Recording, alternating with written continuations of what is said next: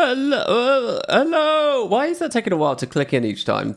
These intros are not going to be good. Hello, everybody. Welcome to another video. The Only Way, part 4. I think we're going to finish it today. So, yes, I lied. I said that we weren't going to stream. I said we were going to leapfrog days. I said we were going to give people a chance to catch up because these have been done in the middle of the night. Well, screw all that. I'm excited. I want to keep playing it. So we're going today anyway. Hello to everybody who made it, since absolutely no one will be looking for this. March, it's good to see you. BR Spees, Rudex, FOE. John Sellers already with the 10 gift memberships. Thank you, dude. Frost Zombie, Venny. Hello, everybody. So what do we have going on? Well, in the last part, we kind of did everything you need to do to ascend, I guess. I mean, were those final trials determining that we were definitely going to ascend? Or were those final trials like a last final test, and if we'd walked into the light with Vlox, we still were at risk of failing? I don't know what the situation is there. They suggested that lots of seers fail. We failed on a couple of our logic questions.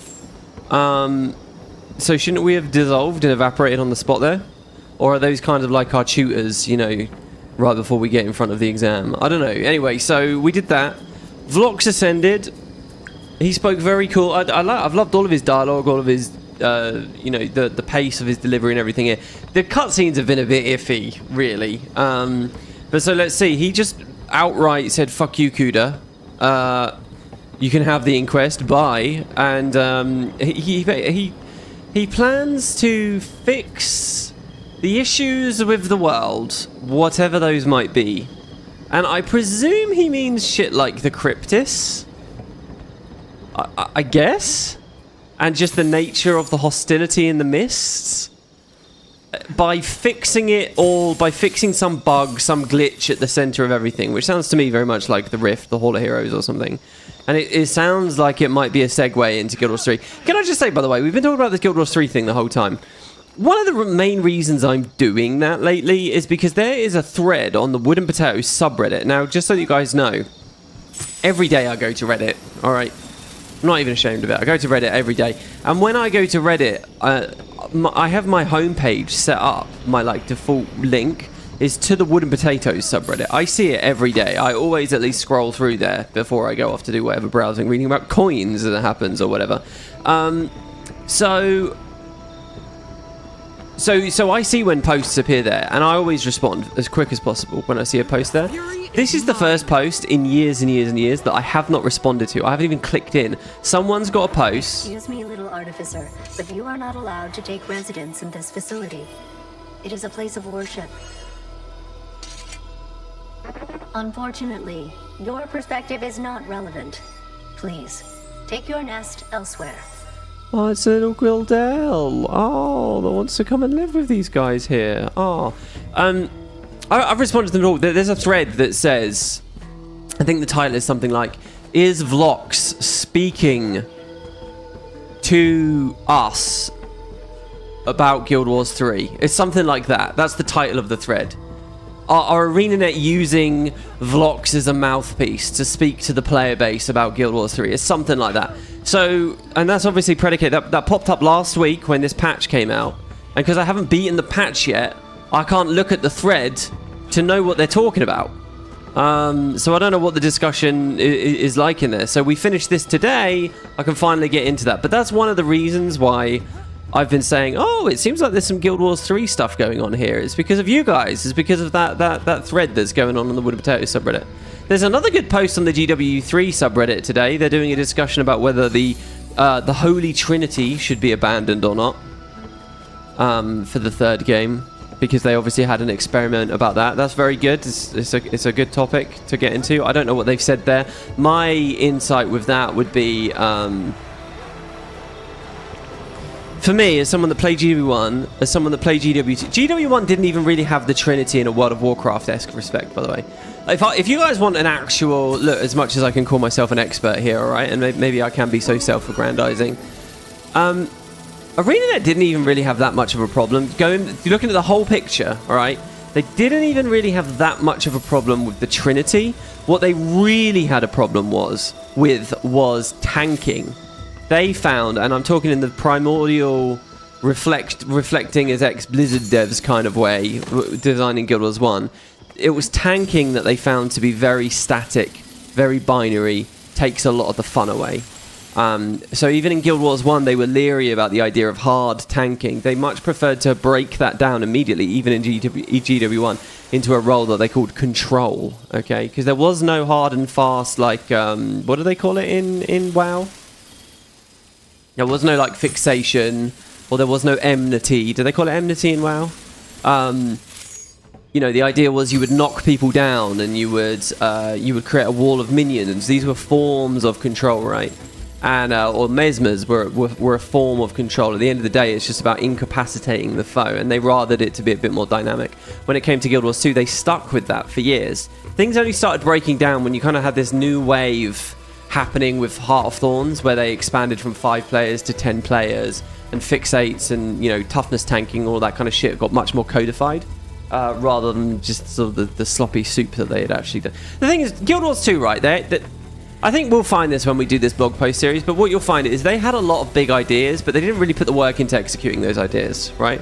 They had a lot of lofty goals and ambitions, and they just sort of threw the ambitions out there with some work done to them, but they hadn't really figured out what they themselves were doing. So, like, their breaking down of the Trinity, if you actually read what they were going for, talking from this tank perspective, they have a quote where they very clearly say, look, the most exciting thing in combat in WoW is when the tank dies. And it's chaos, and it's like, fuck, we gotta res them, we gotta figure it out, and it's that dynamic moment of panic.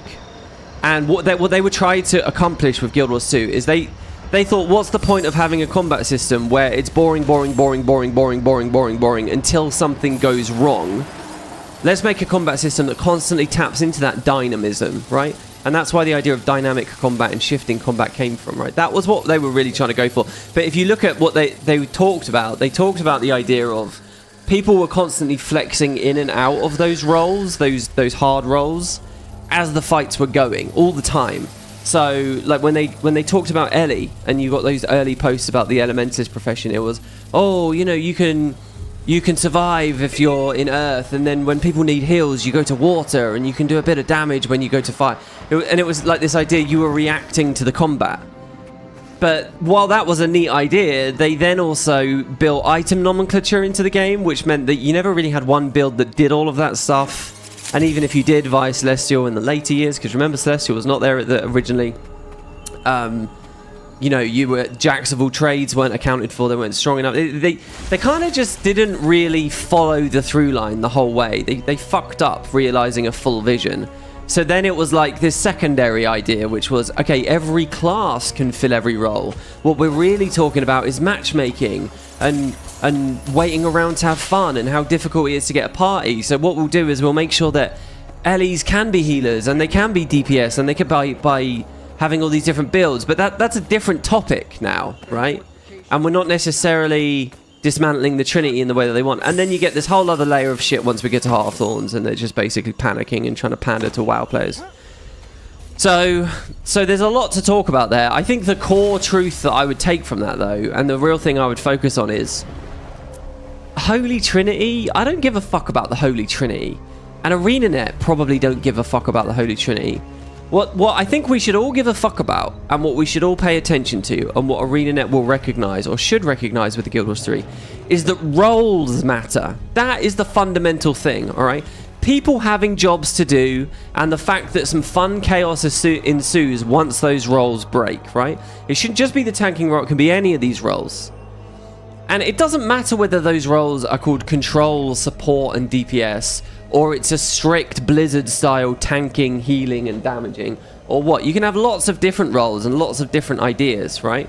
Like a vulnerability applicator, right? A debuffer, that's a role. A boon buffer, that's a role. The idea of what the role is can be anything. When we talk about the idea of a holy trinity, what we're really just doing is we're saying healing, tanking, DPS, but that's not the only way through. And what you'll see in recent years is Arenanet try to rebuild those roles into fights by when we're talking about the raiding scene and high-end fractals, by saying, oh, it's this guy's job to do flak.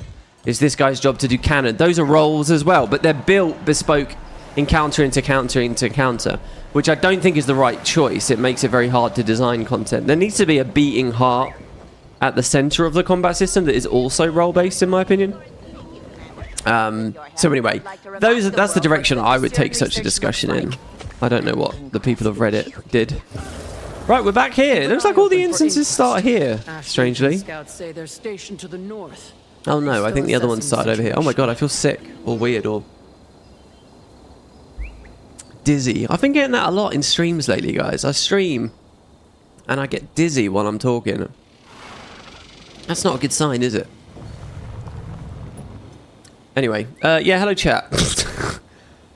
WP, please. Look, guys, I've done a better stream this time. Instead of ranting about coins, I've ranted about the Holy Trinity. Is that what you want? Do you like that? Is that what you want? I should hope so. You just got into bed. Yeah, sorry, guys. I know it's late. Girl painting, it's good to see you. Lemon, is someone watching you back after 10 years? We need lore videos back. Listen, I did years where I did two kinds of lore videos, all right? One of them was like big, well-scripted things like the Guild Wars Mysteries series, right? Or like the original lore recap, I guess. Which were a lot of effort and a lot of energy. And felt really bad when three things happened. One, the mystery, nothing ever happened with it at all. Two, Arenanet answered it in a really terrible way. Or three, Arenanet answered it really, really quickly and it kind of didn't matter in the end. But also, I just ran out of subject material. Like, I've already done a video on who is E. Right? The remaining mysteries I have are kind of small. And the truth is that I find them really unsatisfying to make. Especially when it's like short-term plot beats within Living World, where it might get resolved in the next patch anyway. It's just not that captivating to me. Fundamentally, I'm not as into this game's story or world building as I was before. I'm just not. The more time has passed, it was less and less. That's not me. That's not my voice quavering with sadness. That was me trying to suppress a burp. I've just become less. Listen, I still like the story. I still like the lore. I'm playing this right now, and I'll continue to. But like that fanatic. Oh my god, the mysteries of the world. It's just not in me. There have been too many beats and unsatisfying answers and resolutions and twists and developments that I'm not in that place at all. The other kind of video that I did was like that people called lore videos, was playing a patch and then writing a long ass video where I just described what happened in the patch, and I did that for years, and those were always big hitter videos. People loved those videos, but those were so empty to me and so uninteresting to make. It's like, why am I doing this? Just play the fucking game. Why am I repackaging the story without any particular insight either? Like, I believe in the idea of reviews, I guess. So maybe we could talk about reviewing story patches. But the big videos that I did before, I find them so empty and hollow to make, and I have absolutely zero. I have negative enthusiasm for doing those. So I'm very happy to not do that shit, man. I'm done with that. So yeah, that's kind of how I feel. I still like the lore and I still like the story enough, but not enough to be like a fanatical YouTuber about it. And as well, like those videos are like, they're everywhere now. You can find anyone spouting the same information. It's like the story's not really that deep. It's not really that well made. It's not really that to my taste, anyway. We've collected one. With all that said, no one's gonna believe I'm enjoying it now. But in terms of doing like dedicated, oh, here's what happened in One Path Ends. That really ended for me probably around season 4, certainly after Dragonstorm. And it is what it is. I'm also just like not the guy for it in a lot of ways now. Like, I was super on top of it for the first 10 years or so, but it's really easy for information to slip out. Like, there's a lot to know about Guild Wars lore now, and unless you're like hyper fixatedly every day on the fucking wiki, reading and inhaling every little thing to like a ludicrous and I think completely unearned enthusiasm level. Unless you're that kind of person, and there are some people out there like that still, and you're just spamming walls of text all day, every day about it, you're not gonna remember every detail. So I don't know. You're just stuck in nostalgia after watching the Guild Wars 1 videos, waiting for Reforged Mobile. Yeah, look, I get it. I totally get the nostalgia. I really do. I get it. And it sucks in some ways. It does. Who knows? Maybe Guild Wars 3 will relight that fire. If it's kind of a blank slate in a lot of ways, that could be really interesting. I love the way we're talking about it as though it's a certainty here. I don't even know where this is going. I don't even know whether they're really going to telegraph something like that coming up here. Hey WP, thanks for streaming. It's still the only way you consume new content. My real problem, thank you for that. I really appreciate that. I like hearing that. My only problem with it right now is I'm doing these streams and I should be spinning MIDI videos and shorts and hustling on every last little fucking bit, but I'm not a good match for this industry. That is the truth of it, guys. I'm not a good match for it. If a lot of stuff that you could do, I just view as very fake and very not me. Which is wrong, right? And it's not what being a good self-advocate is, but at the end of the day. I've spent more nights wrestling about this sort of shit than is worth probably at this point. By the way, check it out. We have a new build. We Defense, then off. Do you see? are Condi. Condi Paragon. Ah, yes. So what did I do for this? What I did was I swapped my build template to this Viper one. That's it. So I have 2 swords and a longbow. Probably a fractal relic. Should we have a look? Yeah, with a fractal relic and trapper runes. And then for the build, oh, I actually can change a lot more. Fuck, I forgot. Well, do I want to? Maybe I do. Maybe I don't. Maybe we just leave this shit as it is. For Paragon, I've swapped. So first of all, we were Alacrity. Then I was the increased refrain strength. Now finally we are just straight up damage. Brisk pacing. So when we have loads of motivation, we gain 25% condition damage, which is a big modifier. I also swapped this, the adrenaline and healing, for motivation spent, which was really nice in the last episode. I think we can all agree. I've moved to strengthening stanzas. So while our F2 is up, we have another 10% condition damage and some flat damage on both of these as well, by the way. There's no, what do they call it in League? Flex? What's it called? Adaptive. I feel like adaptive would be a really good thing for Arenanet to implement, either in this game or any of their new pursuits. I think adaptive is really, really powerful for RPGs. And that's the idea, guys. It gives you plus 10% damage, or, you know, for in League, it's physical or it's magic damage. But it only gives you the stats for the one that you have higher.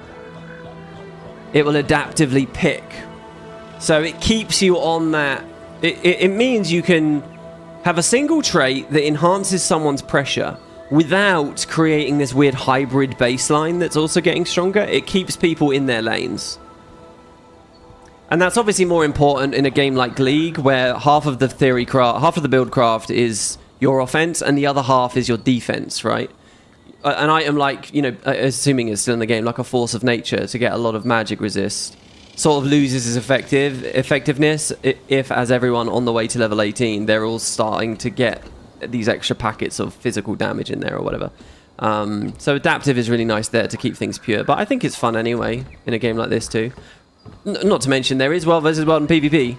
Okay, a bold strategy. Let's get in, shall we? Let's play. By the way, it's cool today.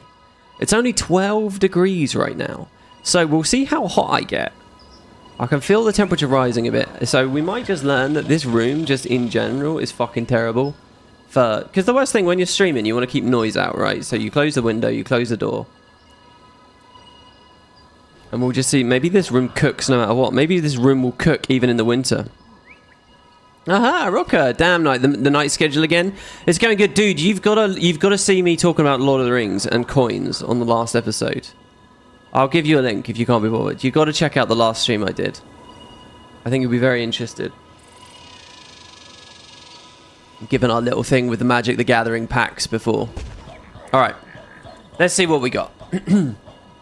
When I arrived with the supplies, Kanark was setting up in the forge. He figured the best way to get past the barrier was to infuse an explosive device with the forge's magic.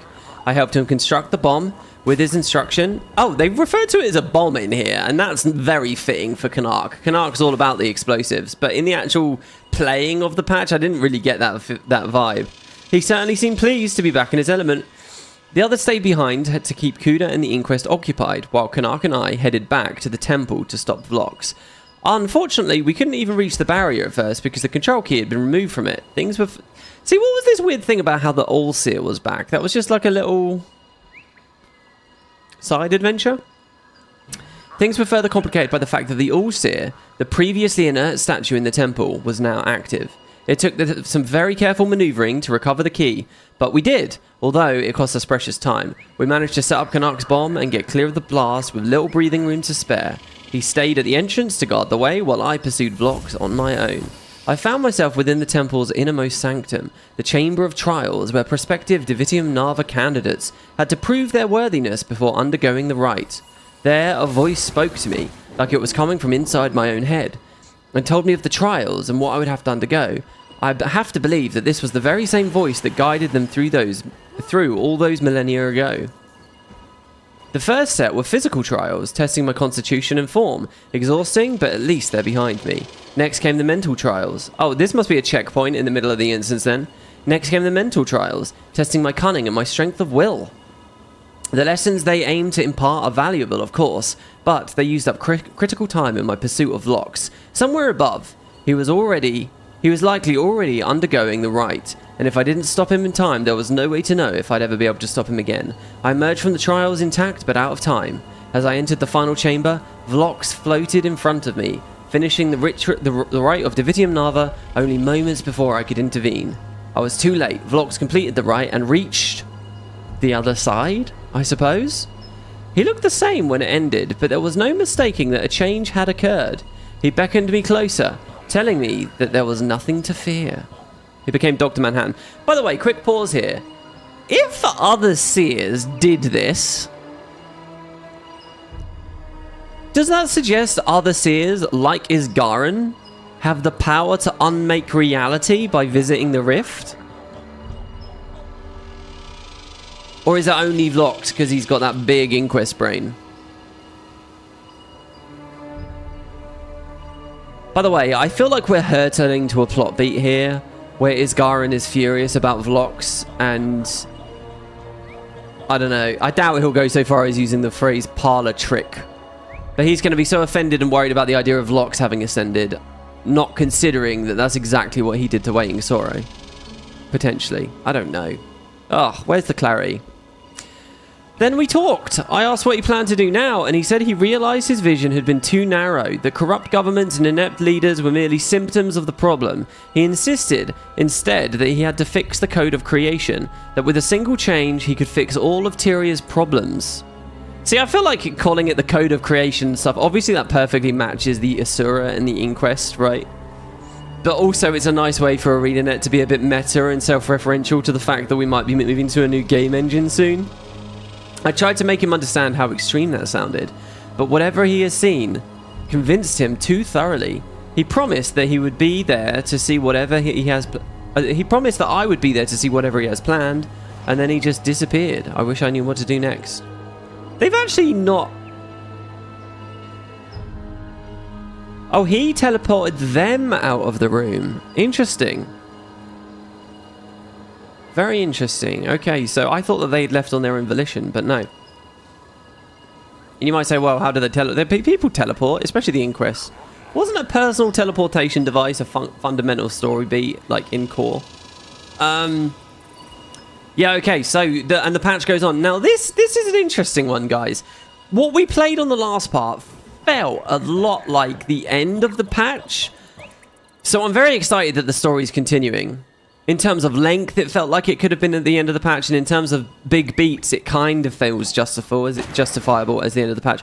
But I do want to say, by the way, the fact that this skill 4 has a little daze on it is so nice for proccing Pirate Queen. Except I fucked up. Why did it not daze the beetle? Oh, it's because I don't have Pirate Queen on. We're going to put Pirate Queen on instead of Fractal. That's fine. It feels like kind of like it would be a strong patch in a lot of ways, doesn't it? I do want to say, I'm very happy the story is going on. Not just because... And let's take away Geomancy as well. and go with Rage.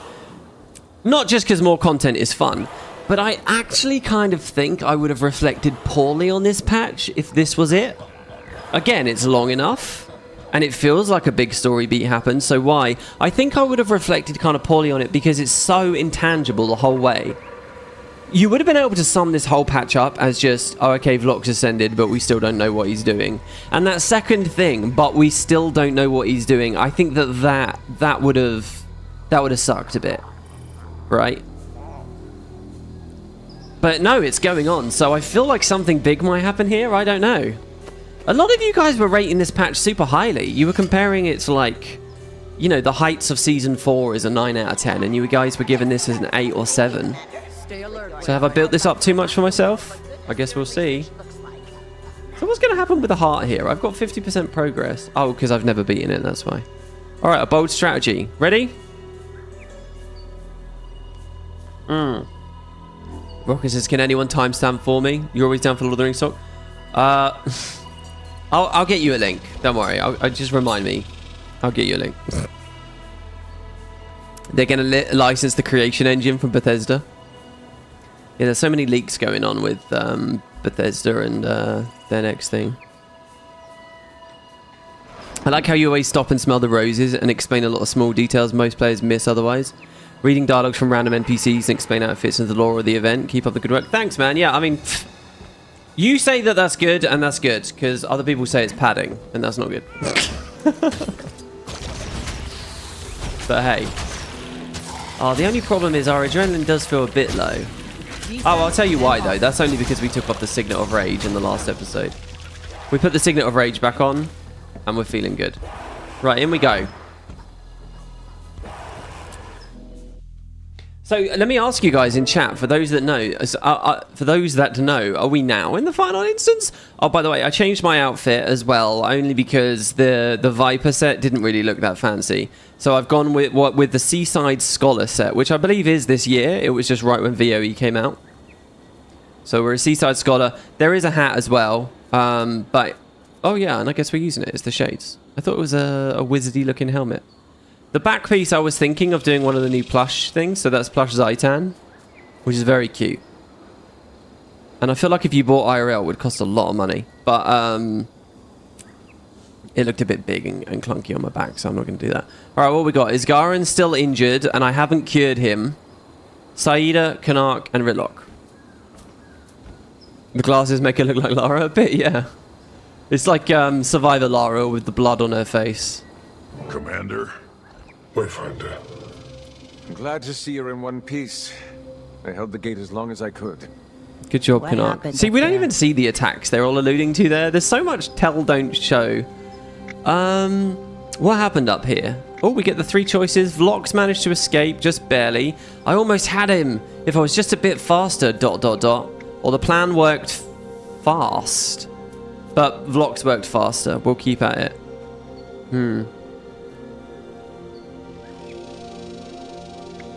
Let's be ferocious. I was right on his tail. Oh, nice. It's different voice He finished as well. the ritual just before I got through. So, Vlox has completed the rite. His power will rival the strongest of us. Will it? At least you're still alive. Why? Canuck was right about Vlogs. He could have easily killed me. I love this twist that And he's just Kuda. abandoned the inquest Small immediately. consolation.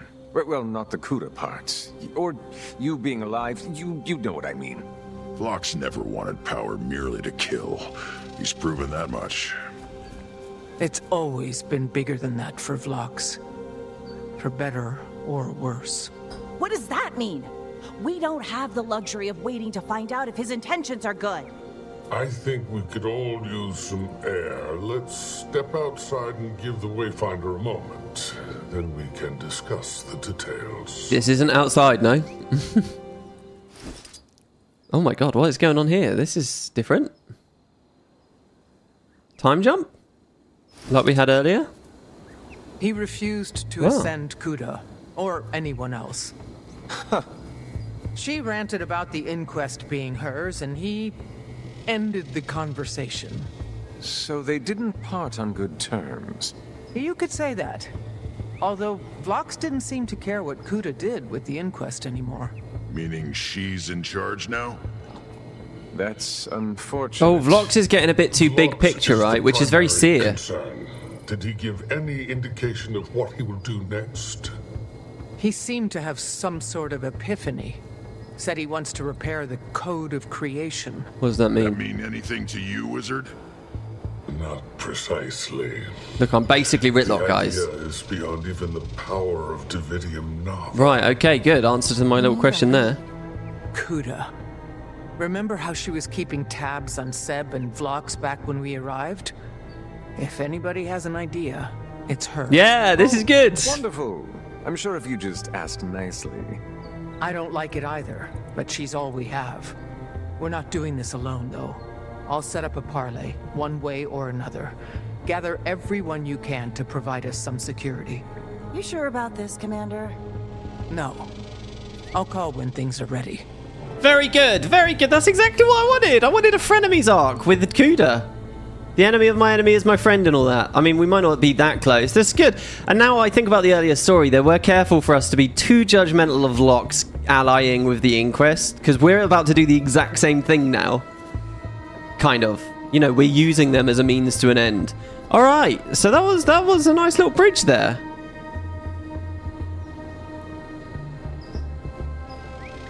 What was the other thing that I was thinking about? And she seems pretty psycho. I like her as a character. Right, whatever. I can't remember what I was going to say. Oh my god, look at that story step. Search the archaeological survey station to see if a high-ranking inquest officer is present. Search the Golomancy research bivouac to see if a high-ranking inquest officer is present. Or search the logistics depot to see if a high-ranking inquest officer is present. Right. Let's get out of there then. So another open world section, which is good. That gives us a chance to hopefully find some more of this lore. Ash Legion scouts say they're stationed to the north. We're still assessing the situation. Has anyone posted on my videos that I'm padding? You agree? Is always relevant and interesting detail. Yes, people have. It's all right though. I choose to view it as conversational. Here, should I be conversational as well, guys? Check this out, right? If you're at a Windows PC right now, okay, what I want you to do is go Windows R. All right, and then what I want you to do is to type in ncpa.cpl. There, I've got it on screen for you. And then new event. See, wait, did I just type that wrong? Yeah, I did type it wrong. Not with the D. ncpa.cpl. All right, run that. Okay. Find your Ethernet connection, whatever that might be, right? Right-click it and click status. Now, where it says status, it says speed.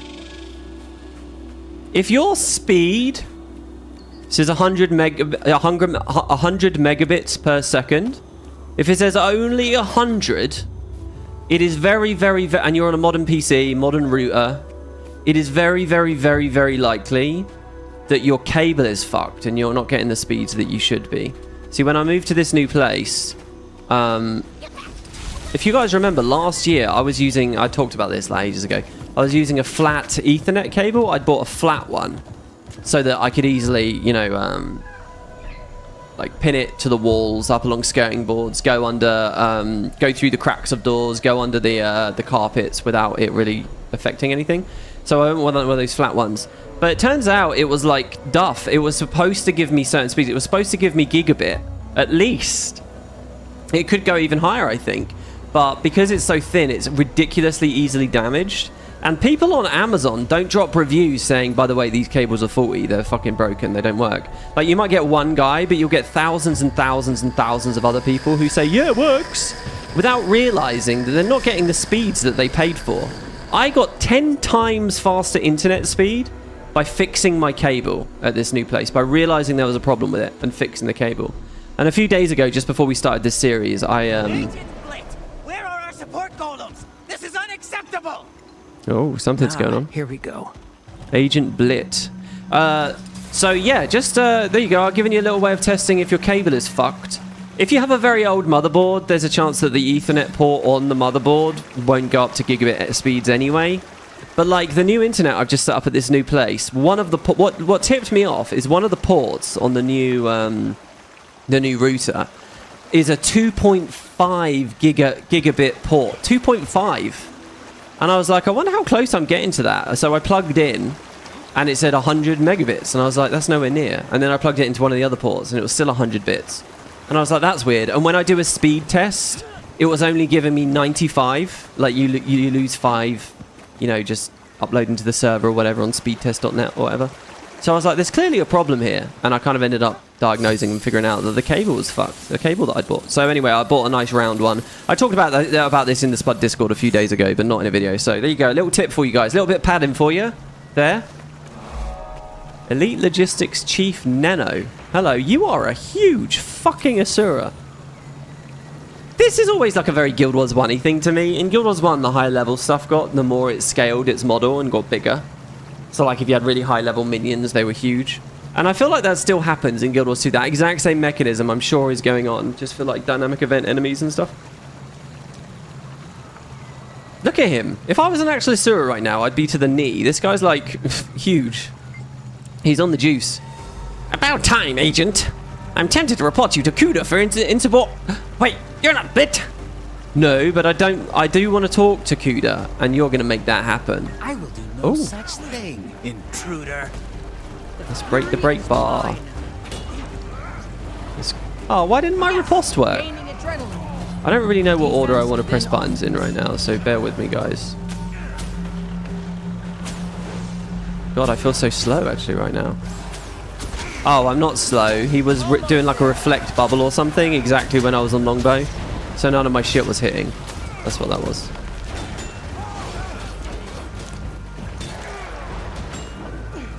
Is the idea to break his bar instead of killing him? Is that... Am I actually kind of...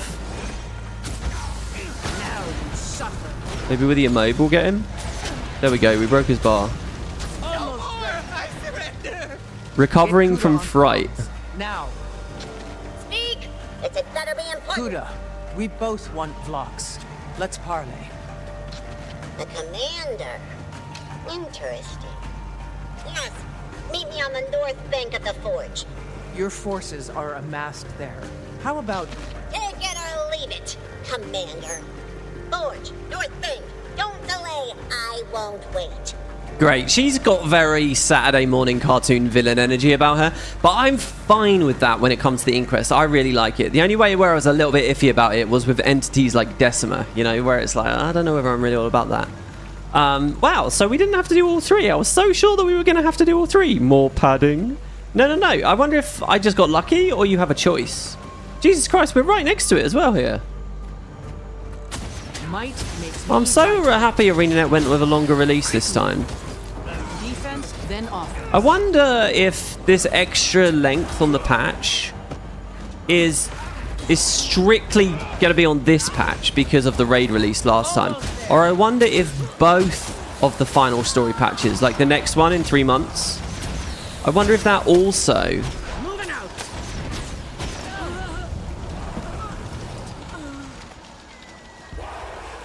Saida, gather as many allies as will you be can longer. And meet me north of the forge.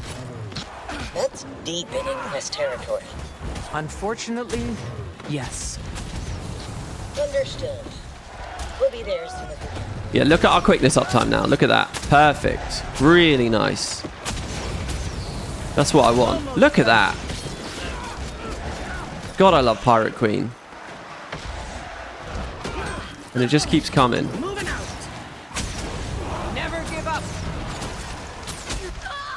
Condi is always a little unsatisfying in the open world, just because power, you know, eliminates stuff so much quicker that you don't have that ramp often.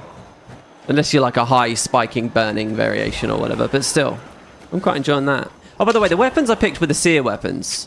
So this is the Seer longbow, the Seer swords. Achievement for talking to the NPC you beat up, WP. Oh, really? Okay. Good timing, Shit. Commander. Help me secure this Inquest cache. Then we'll take whatever we can and hinder their little mission. Where was he? He was in here, wasn't he? How did I get in there? Oh, it's all like barriered off. Wait, was I in there? Fuck. Where? No. I honestly have no idea where I was. It says I was standing here, and then I was standing here. And it says that I had been over here, and over here. And that's just where we started. Where was the room that I was at? I could have sworn it was around here. Well, shit, we missed that. Oh, no, it was totally in this. It was in this. It's just it didn't look like a techie facility on the map because it's got a tree on top of it. Oh, there's a Grildel. Is there another little Grildel hunt thing for this? Hello, Logistics Chief Neno. I did what you asked. Now what? I doubt Cuda will let me live after this. Compliance will hunt me down for sure. Take me with you. You're on your own. Oh, come on. Have we not seen that many inquests are just people feeling trapped by the system who are otherwise good? Have we not seen this? Yeah, the red leaves, that's right. Yeah, that's right. Still want to do an adventure as well. There's one right there. Can I get a sense from you guys in chat how close we are to the end? Like, is it worth me doing an adventure? Or are we still like 2 hours to go? I'm feeling like there could be a whole other 2 instances. One is liaising with Kudu, and the other might be an interaction with Vlox again. I don't know. Am I getting keys on this map? I'm not. Are the big scary inquests making you too nervous to swim? It's the kit sharks. They're being used. Nice. If you caught my core playthrough of this, these things are amazing, but they weren't really being used in the expansion. They were just like very hidden. Now we get to see stuff, and it's Narcisse. Hello. Wayfinder, just the scamp I was looking for. Do you see these poor babies? Even the brood mothers are too terrified to hunt. Could I bother you for some aid? Surely you know what to do. Dude, it's cool to reuse these characters in this way. Is she firstborn or secondborn? I can't remember. Man, I like the idea of a reconfigured setting in Guild Wars 3. If it is like an alternate reality, a broken or like, you know, completely different like remix effectively of the setting, where the Sylvari are really old now. Maybe there's only a couple of firstborn left or something. I mean, you could accomplish that in Tyria. I don't know why that has to be a remix setting. That could just be 1,000 years in the future. Okay. Do I know what to do? What are you signing me up for this time? Oh, God. Okay, let's see. Let's see where Boots is on the leaderboard, shall we? Wait, where are the leaderboards? Do I have to beat it once before I can see? So getting... Oh, no, there you go. Oh, I actually don't see Boots on here. Ah. Did he not do this one? Kit shark fishing. Fish caught. We're looking to get 43 for the lifetime reward, or just 25 for the gold. Oh my god, I am a kit shark. Oh, is it like a race? Holy shit. So what do we got? Oh, we have the dolphin leap, just like from Fractals, the same icon. Pounce forwards towards fish and catch them. Are they actually swimming around and everything? They are. Alright, that looks like a little teleport to me. What's the range? 1,500! So, I'm out of range. Now I'm in range. Wow! Okay. I'm such a big adventures fan. Oh, that's cool that these... I have so much fun when I'm in an adventure. Really, they're so invigorating to me and well, okay, some adventures not so much. And I think there's such a thing as overdoing it. But, ever since these start coming in, Heart of Thorns. How long have I got? 1 minute. So this one's just a dash. Oh, and it's possible to overshoot. So you've got to be careful with where and how you utilize the dash. And it ends with a swiftness proc for me. Oh, okay. There's no skill in the leap either. It won't let you cast it until you're in range. So I was like looking at the red bar thinking I was being fancy and getting on the earliest possible thing. But the truth is you can just spam. Dun, dun, dun, dun, dun. I think it's just his music as well. I fucking love this music. Always makes me think of the Zephyrite. Okay, that's tricky. Can't really get that one. Unless I enter from low down. I wonder if there's a technique where you get in these low and you let them push you all the way up. Like that. This adventure's easy to get gold, but hard to get the achievement. Oh god, what's the achievement? I'm going to miss gold, I think, probably. I only have 19 fish. Is the achievement getting, like... I don't see any achievement eligibility. Maybe we can get that. Oh, no, you're right. Gold is easy. I'm going to get it in a second here. There we go. We have gold with 13 seconds to spare.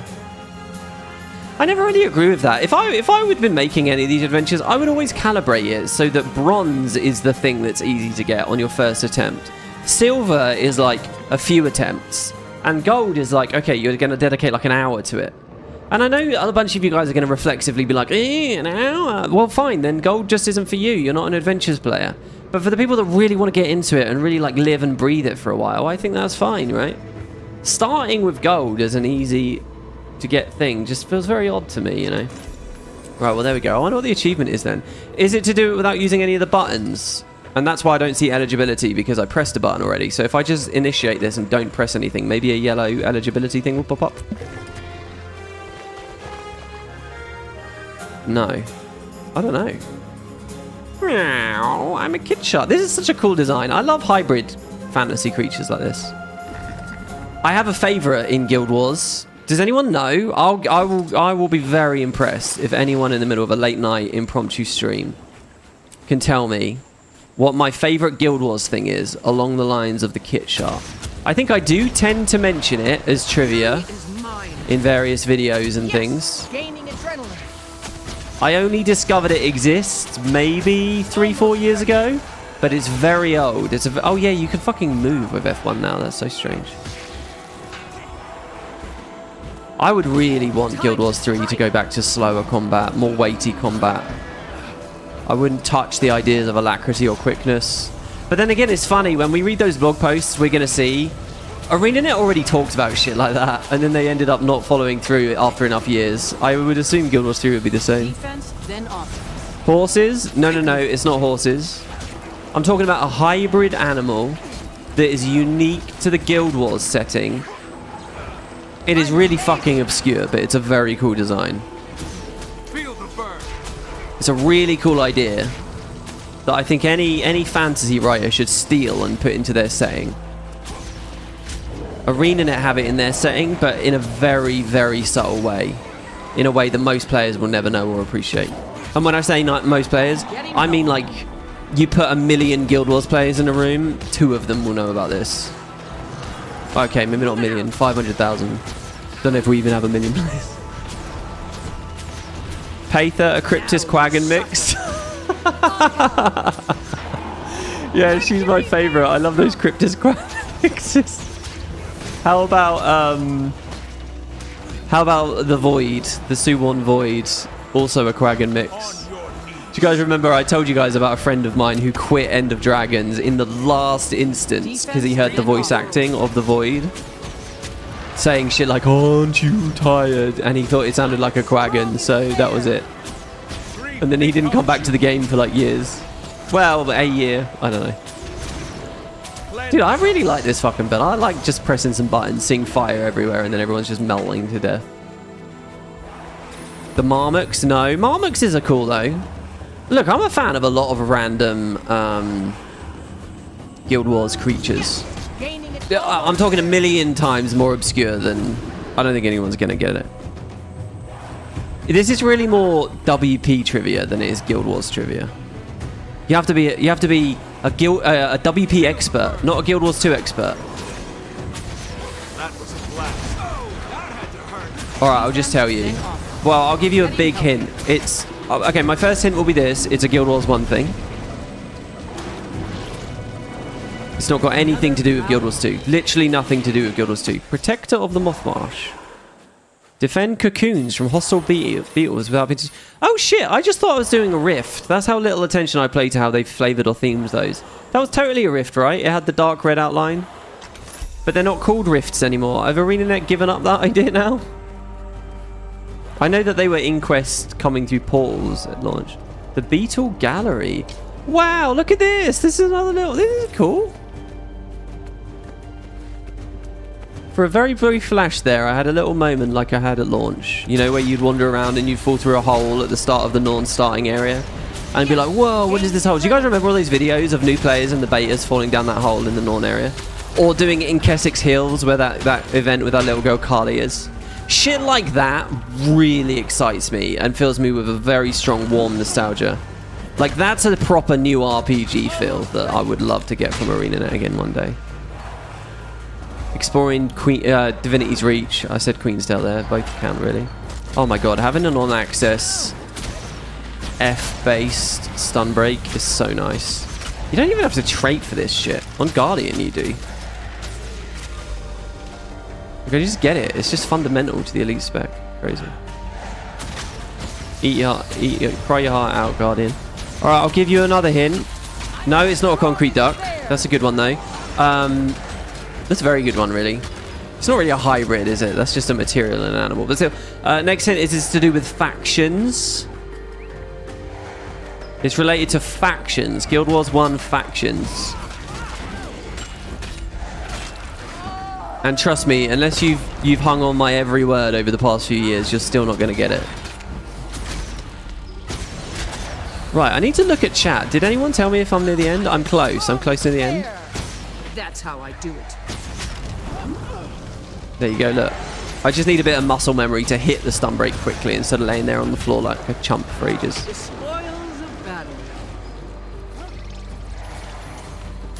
Am I going to try PoE 2 again in 0.5 or wait for full campaign in 1.9? I got no idea. Listen, man, what I want to do is just start doing regular series, and PoE is totally one of those things on my radar. I had a lot of fun streaming that last year. I thought that was really cool. You guys were really, really like supportive. Those streams would just be asking thousands of questions a second, and you all had answers, and it was cool, right? I want to play that new Lich not the Lich Ascendancy. What is it? There was like a special sub Ascendancy, like a hidden kind of Lich, like or something. You go to a well or whatever. The updates look cool, and I had fun with the game. I'd love to do it again. It's just a matter of actually getting a rhythm and a routine, and obviously with the fire and the shit earlier in the year as well. I haven't really talked to you guys about but whatever. Like, so we'll see what we got. Is it the Lugs and Crabs hazards? No, okay. It's based only on factions concept art. It doesn't even appear in the game. Yeah, alright? See, this is how obscure it is. Someone out there knows what I'm talking about, I promise. Someone watching the VOD will be like, what the fuck? Alright, I'll tell you. So first of all, factions concept art, like, I don't think they really released a book. Oh, Ritlock going with the meta again. But you can browse it on the wiki, and there's a lot of really wacky out there pieces that they concepted for factions that they never ended up using. There's a bunch of interesting enemy designs, and Arenanet concepted a hybrid animal for factions that you don't see, right? Called a tarantula bat. Actually, that's not what it's called. A batantula, I think it is, or something like that. But the two animals, it's a tarantula on wings. A tarantula bat. You got a mix of mammal and arthropod there. Oh, how fucking cool is that? How creepy and scary and horrifying. If you're scared, I'm not really scared of bats, right? A flock of bats whizzing around your face. But imagine if they were all tarantulas. Amazing. What a fucking cool... Why isn't that in every fantasy setting? How nightmare... Yeah, it sounds like a nightmare. Exactly. How inspired. I love that shit. So that's it. That's my favourite Arenanet hybrid special enemy. But Kit Shark is cool as well. Kit Shark's pretty... And you can see their concept art for it. Someone drew one. It's on the Factions wiki. Reminds you of the vampire beast from Heart of Thorns? Yeah, I can see that.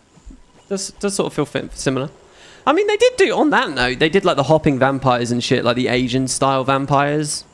Those cool like soul leeches and life leeches or whatever they are. They will just one-shot you in Ergo's Warren. That stuff was cool as well. Alright, a bold strategy. Wow, the concept art. It's the Goon Squad. Oh no, are we at the end then? Is this the end? Thanks for the nightmare. Yeah, it's only late at night. You're all only about to go to bed. Commander, gathered everyone we could find. Okay, yeah, we got the whole crew. There's a fair chance we can secure an escape. And a bunch of red shirts. Much beyond that. Kuda hasn't gotten out of her way to get revenge, but she's never had an opportunity like this.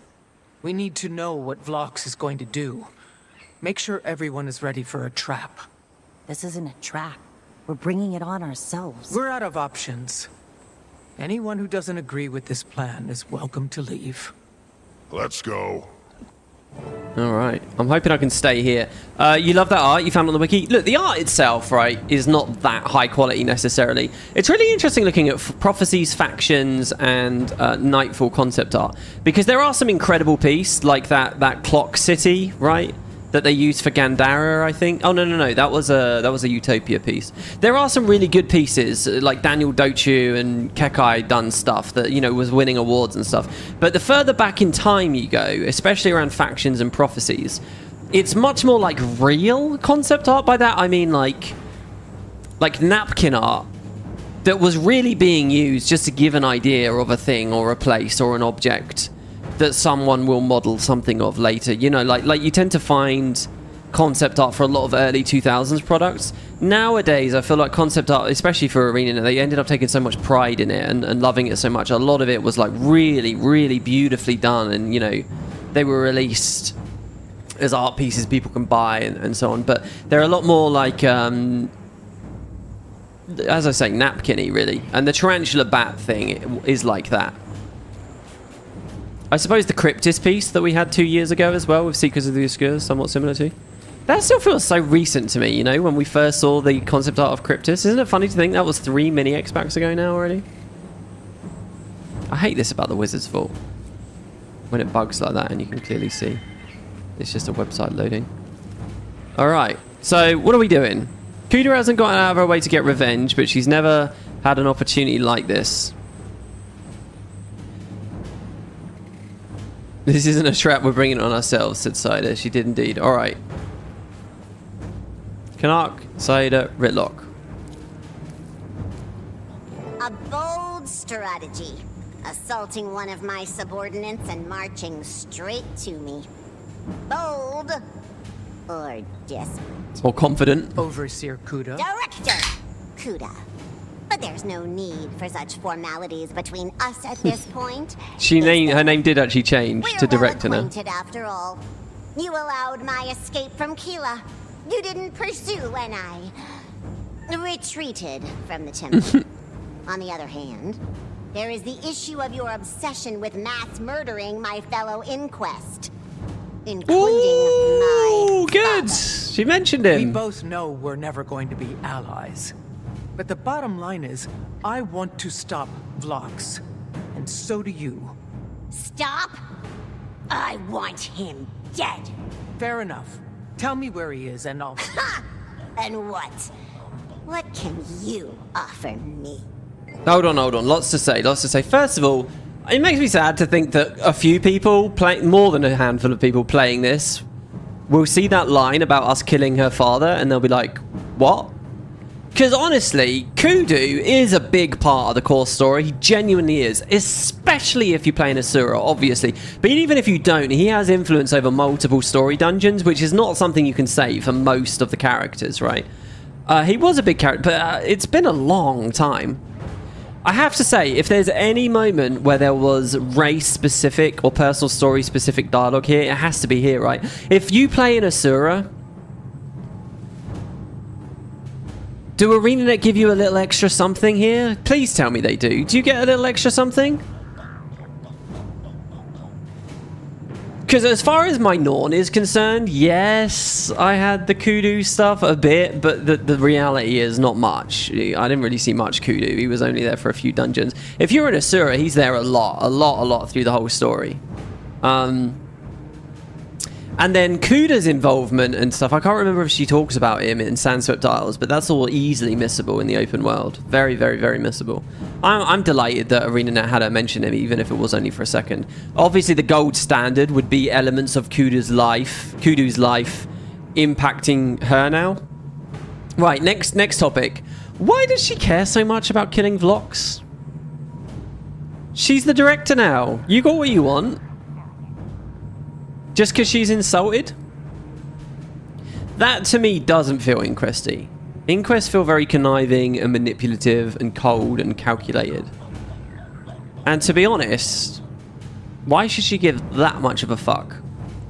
He stepped aside. I don't know. Well, enlighten me. What could you possibly have to offer? She was disrespected mildly, right? But she's in the inquest. I'm sure she's been doing that the whole time. From her bosses. I have Lox's ear. I have a better chance of stopping him quickly. Do we have Lox's ear? I mean, we have his phone number. That's about it. I'd owe the inquest, and I have powerful friends in the Tyrian Alliance. Help me now, or I do everything I can to bury you in the inquest for good. I love that they've done the 3 personality options over and over here. It makes me wonder if they're reprioritizing that in their modern development efforts for Guild Wars 3. Ooh. The inquest were like that because they were ruled by Vlox? Not necessarily. Vlox only took the directorship recently. I don't think that the entire secretive structure of the inquest is based purely on Vlox. Especially if, as the blog post recently suggests, there are multiple directors out there in multiple cells. And they're insulated from one another. I don't know. I don't know whether I buy that. But maybe it's buyable because, to be fair to you, they've been very non-specific about all of it, right? We don't know exactly when Vlox took over. We know it was after the dam broke in Ratasum not too many years ago. Oh, there you go. Boogly says, oh, the tarantula bat. That's a fantastic deep cut. A spider bat hybrid. Sketch for factions that never made the jump from concept to game model. I can see why WP would gush over it. It's exactly the kind of weird, evocative Canthan jungle creature that hints at the wider... Is that AI?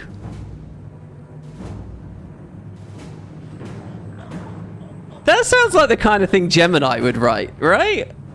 I feel horrible for saying that, but you posted it in multiple messages there. Is that a Gemini response?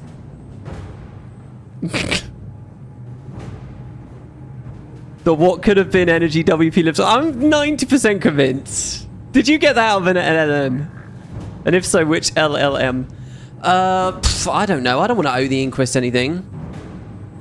Let's keep our dick on the table. Let's swagger around with the ferocious. I think I made her ferocious at launch. Let's see. Oh no, I made her charming. Okay, let's keep her charming. Ooh, I'd owe ya. We have no interest in your alliance. Inquest is concerned only with the inquest. It is from an LLM. Nice, No. nice, yeah. Besides, let's say I do have the information you seek. What will you do with it? Nip at Vlox's heels? Hope he discusses his plans with you before he yet again ignores your pleas to stop? You haven't fared any better. Haven't I? You're speaking to the director of the inquest. Yeah, I his marched whim. into enemy territory to beg you for scraps. You show up empty. She's hilarious. She's amazing. You've no leverage. You've nothing to offer. Or do I misread the situation? She's awesome. She's like a little dog Since energy. You came all this way. I have a proposal for you. I have Vlox's most loyal and trusted crew members here. They refuse to recognize my authority. They're traitors, punishable by death. However, I'd happily release them into your custody. I suspect they can provide your people the information you seek. Done. All I ask for in exchange, Commander, is you. Whoa, what? What? Huh? A simple trade. I take the commander prisoner, you save all of these traitors, and likely get the intel you need. It's a generous offer. Better than you all deserve. But we'll not negotiate any further. Confer with your allies. Quickly, my time is precious! Okay, interesting. Saida was with us. Last time we were a prisoner, right, was at the Great Hall on Istan. Yeah? Because that was the first time they did the chains and so. I think that was the last time. There might have been dynamic events and things where you put the shackles on. But wasn't Saida there for that? Didn't Saida pose as like a slave trader or a smuggler to get us in? So she's here again. If she doesn't reference that moment, I'll be a bit disappointed. That's such a cool little tie-in back to that if she does. I think Saida was with us during that time. But yeah, I love Kuda. She's got like little dog energy, right? She's like all this bravado and big talk when the truth is she's got nothing. She's like a barking little dog. Saida was the one Tennyson. Excellent, yeah. Okay, the fact that you guys in chat are all immediately saying yes makes me think she is about to reference it, which will be great. I want to go read your status reports and stuff before I do things. Oh, it's that guy. No, not that guy. What is going on with the Void emulation? They have not talked about that at all yet. She's got the purple hair. And that's purple themed as well. Is Void emulation something? Dude, this feels good. There's a lot of instances bouncing around the map. It feels like we're getting a real amount of story out of it. So much better than, like, the Desolation. Project Omega, Self-Evaluation Report 2, Zip. The following report collects the content of Project Omega's subject Zip's audio logs, as transcribed by Project Specialist Keeley for Overseer Kuda's eyes only. Unauthorized access will be reported and prosecuted according to Inquest compliance protocols. Entry 5. Die. Commander must die. It wasn't Zip's fault. Overseer Kuda. Zip was just excited. Zip will do better. I will do better. Sorry, I stop. I'm Zip. Zip is me. We lost. It was terrible. Next time, the commander will die, and the others, they'll all suffer. Overseer will see it done. Running helped for a while. Not as easy. It's getting harder. Mine still races. Zip's too fast. I'm too fast. I'm not. I can't. Overseer, please. Help. It's too much. Can't stop thinking. Speeding. Fast. Should it hurt this bad? Eyes burn. Entry 7. They're coming. Commander is coming. Zip will have another chance. Learn fast. We learned. We don't play. We have to win. It won't end. Not like this. Not like last time. Block. Natalie. Zip. I'm Zip. It will be their end. Come to us, Commander. Come. He also has little dog energy, but for a very different reason. Oh, I'll tell you guys. The little dachshund.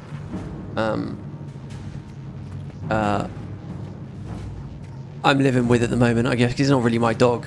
Is really ill. Really ill. Has actually been vomiting red-tinged vomit and pooing red-tinged poo. Has just been really ill, doesn't want to eat anymore, doesn't want to drink anymore. Clearly some kind of internal bleeding. Has gone to the vet, has got some meds. We're monitoring him. It's really sad. Really worrying. What do we got here? Status report. Nice, fun little sidebar for you there. Straight back to the law. Initial findings by head researcher Scala. Overseer Kuda has tasked my crew with the first round of experimentation for Project Omega. If you're reading this and unfamiliar with Project Omega, report yourself immediately to compliance to initiate disciplinary proceedings. We've been ears deep in research on the Seer's magical infusion techniques. Okay, back to infusion. It's funny, we haven't really talked about that much, right? And that was like the defining thing we knew about them before. For 2 solid weeks now. Ever since our advanced team made the dangerous trek through the jungle, we're currently ensconced in the lab as Supra Fortis, attached to the forge on Artificer's Islet, where we've been studying the crafting processes of the elder species, particularly their creation of immensely powerful artifacts such as Legavo and Ancora. My theory was that she was going to try and make her own Ancora, right? My crew was given the immeasurable honor of adapting the Seer infusion progress to Overseer Kuda's own work with infusing advanced and volatile magics into a living subject. As this is our 3rd generation of this work, initially pioneered by the Overseer's father, Kudu, we were able... Wait, was Kudu looking into infusion? Kudu was looking into dragon energies and merging them with himself, which he did do, and it drove him mad in Crucible of Eternity. Am I right? Why do I feel like I'm wrong with the dungeon? Yeah, no, Crucible of Eternity. Our initial batch of candidates... So what Kudu did with fusing dragon energies into people, Kuda is now doing, but with like Seer energies and magics. And what did I just say? It would be cool to see them reference exactly how his life influenced hers. They've done that in side text, but still, they've done it. Our initial batch of candidates drew from a pool of 32 viable subjects from across various crews. Some volunteered, while others were assigned to the project. One such candidate was sent to the study crew by compliance. Only half of this initial batch made it through the preliminary screening process and received 1 dose of the exemplar serum. The results. Unfortunately, our exemplar serum produced suboptimal results. with 1/3 of the initial testing group immediately succumbing to a rather gruesome and painful expiration. Ouch. And some of them didn't even sign up for it. What a tragedy.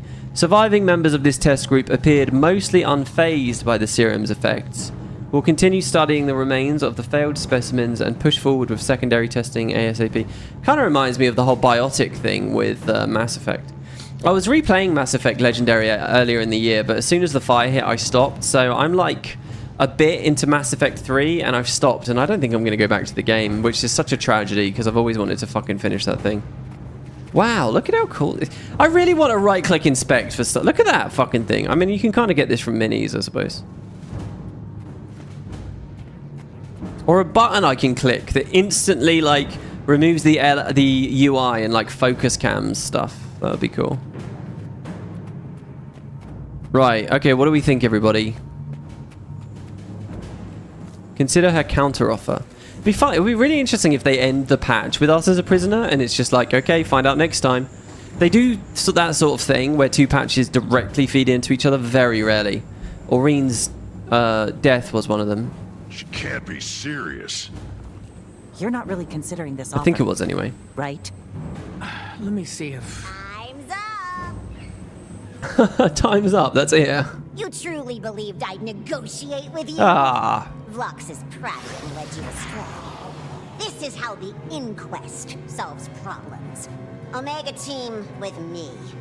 Echo Team, no need to keep the corpses intact this time. They're definitely trying something different with the cutscenes, aren't they? It's like they've got someone new doing it, or someone different doing it. The number of little in-engine cutscenes we've had, how they handle them. You can feel it. It all feels quite different. It's so weird that I can fucking run around now.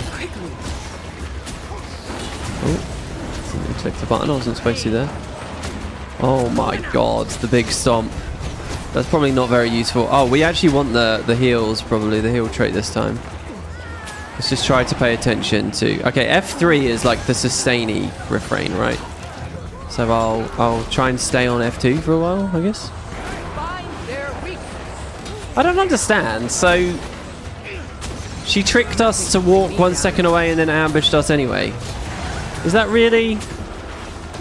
I don't like the flow of Paragon. I don't like feeling like I want to stick on a certain refrain, but then feeling like I have to swap so much.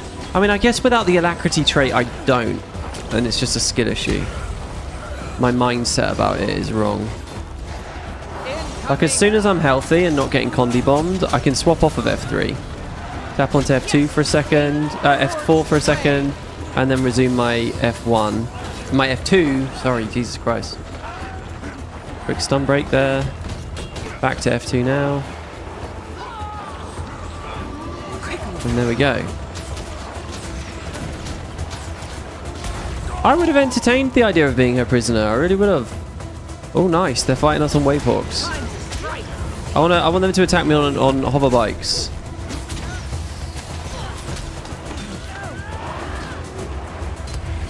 Now you suffer.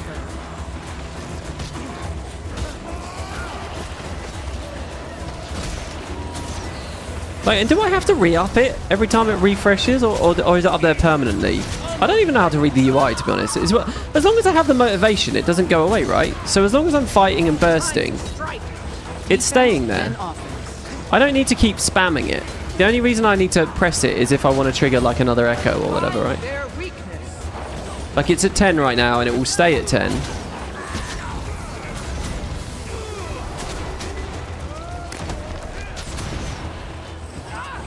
Fuck, we missed the first tick there. Final thrust. That didn't go according to plan. Yeah, chant of action is on.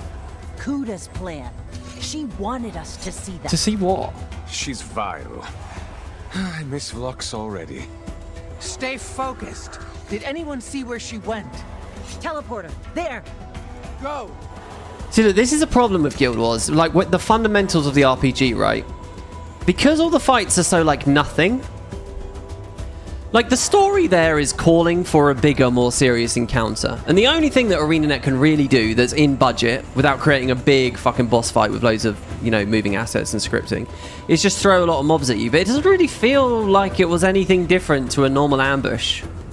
And it's because the RPG itself doesn't have enough friction in it. There's not enough... You know, you look at any other big successful RPG, look at something like BG3, right? It's very easy for Larian to orchestrate a bigger, more intimidating fight because the actual fundamentals of the combat are really engaging.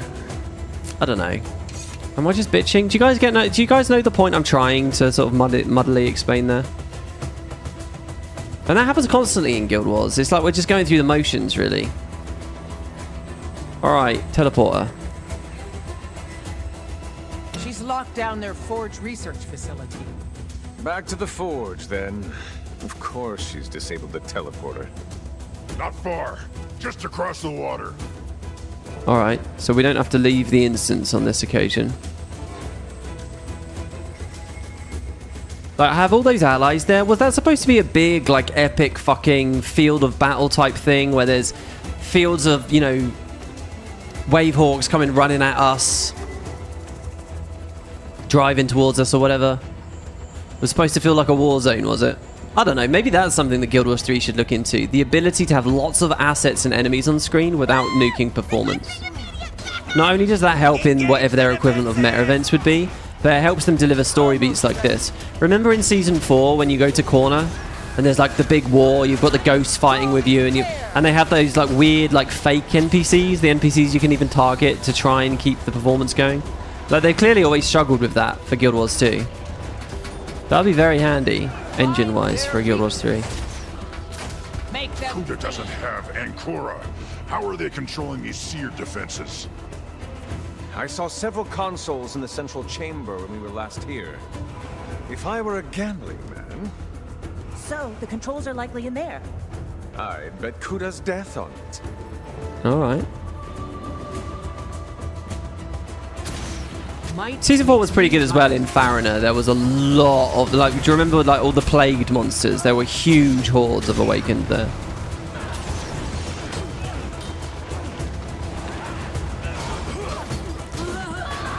Not really sure what I want to...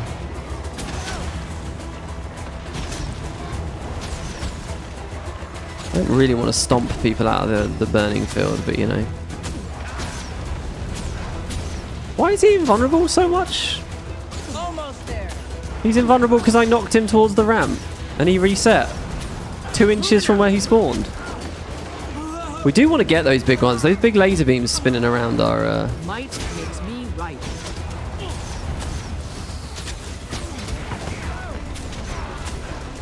The other thing to consider, obviously, is maybe these do all feel like really amazing fights and really get your adrenaline going and are really different to all the other fights in the game if you're on a weaker build, if you're only here in greens or something, and they're still sort of obligated to assume that's the default player.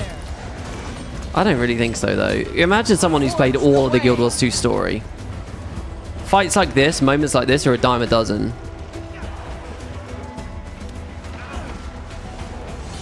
I do not like these random invulns. Are you okay, Canuck?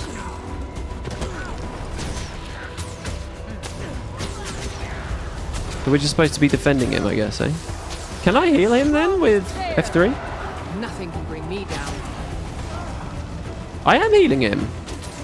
And each tick is 1k as well. 1,500 each tick. That's not bad considering I have absolutely zero fucking support shit on the build.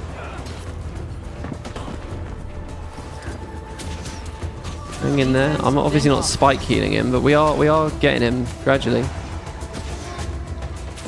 Almost ready. Of course, the F4 is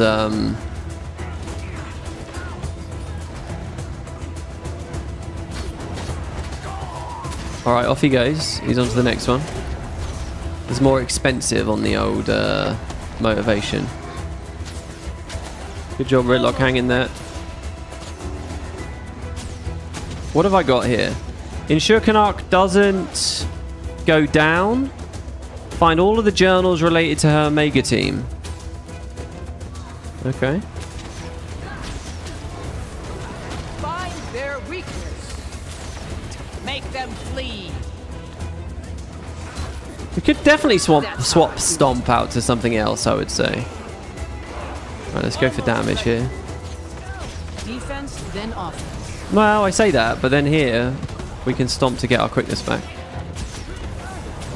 New targets have been identified. Shall we initiate our What have we done defense about the protocols? anomalies on this patch? They're all over. Absolutely. Excellent work, Canuck. He sounded so interested in that. Absolutely. Alright, locate Kuda inside the forge. Locate her. Where exactly?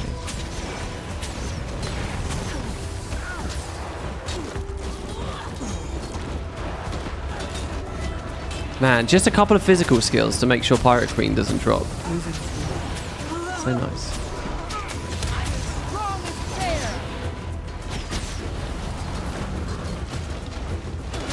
I assume I don't need to kill him here, but I will. Fury is mine. Right. Did I get the Canuck thing? I did, yeah. Oh, up to the second floor. Locate her.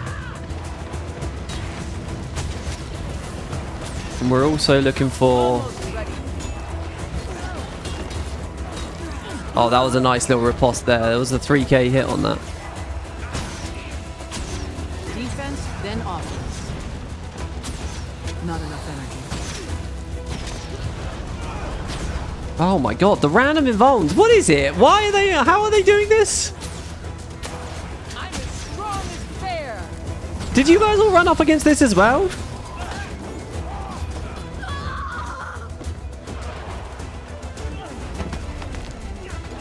Well, catching it live, you have about an hour. Well, yeah, I don't know how close we are to the end of the patch at the moment. I assume we're an hour away from being done, right?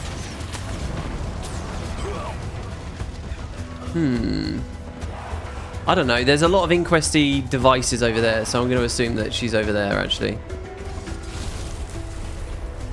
Oh, did you respawn, or were you just thinking you were going to survive and get away? Then offense.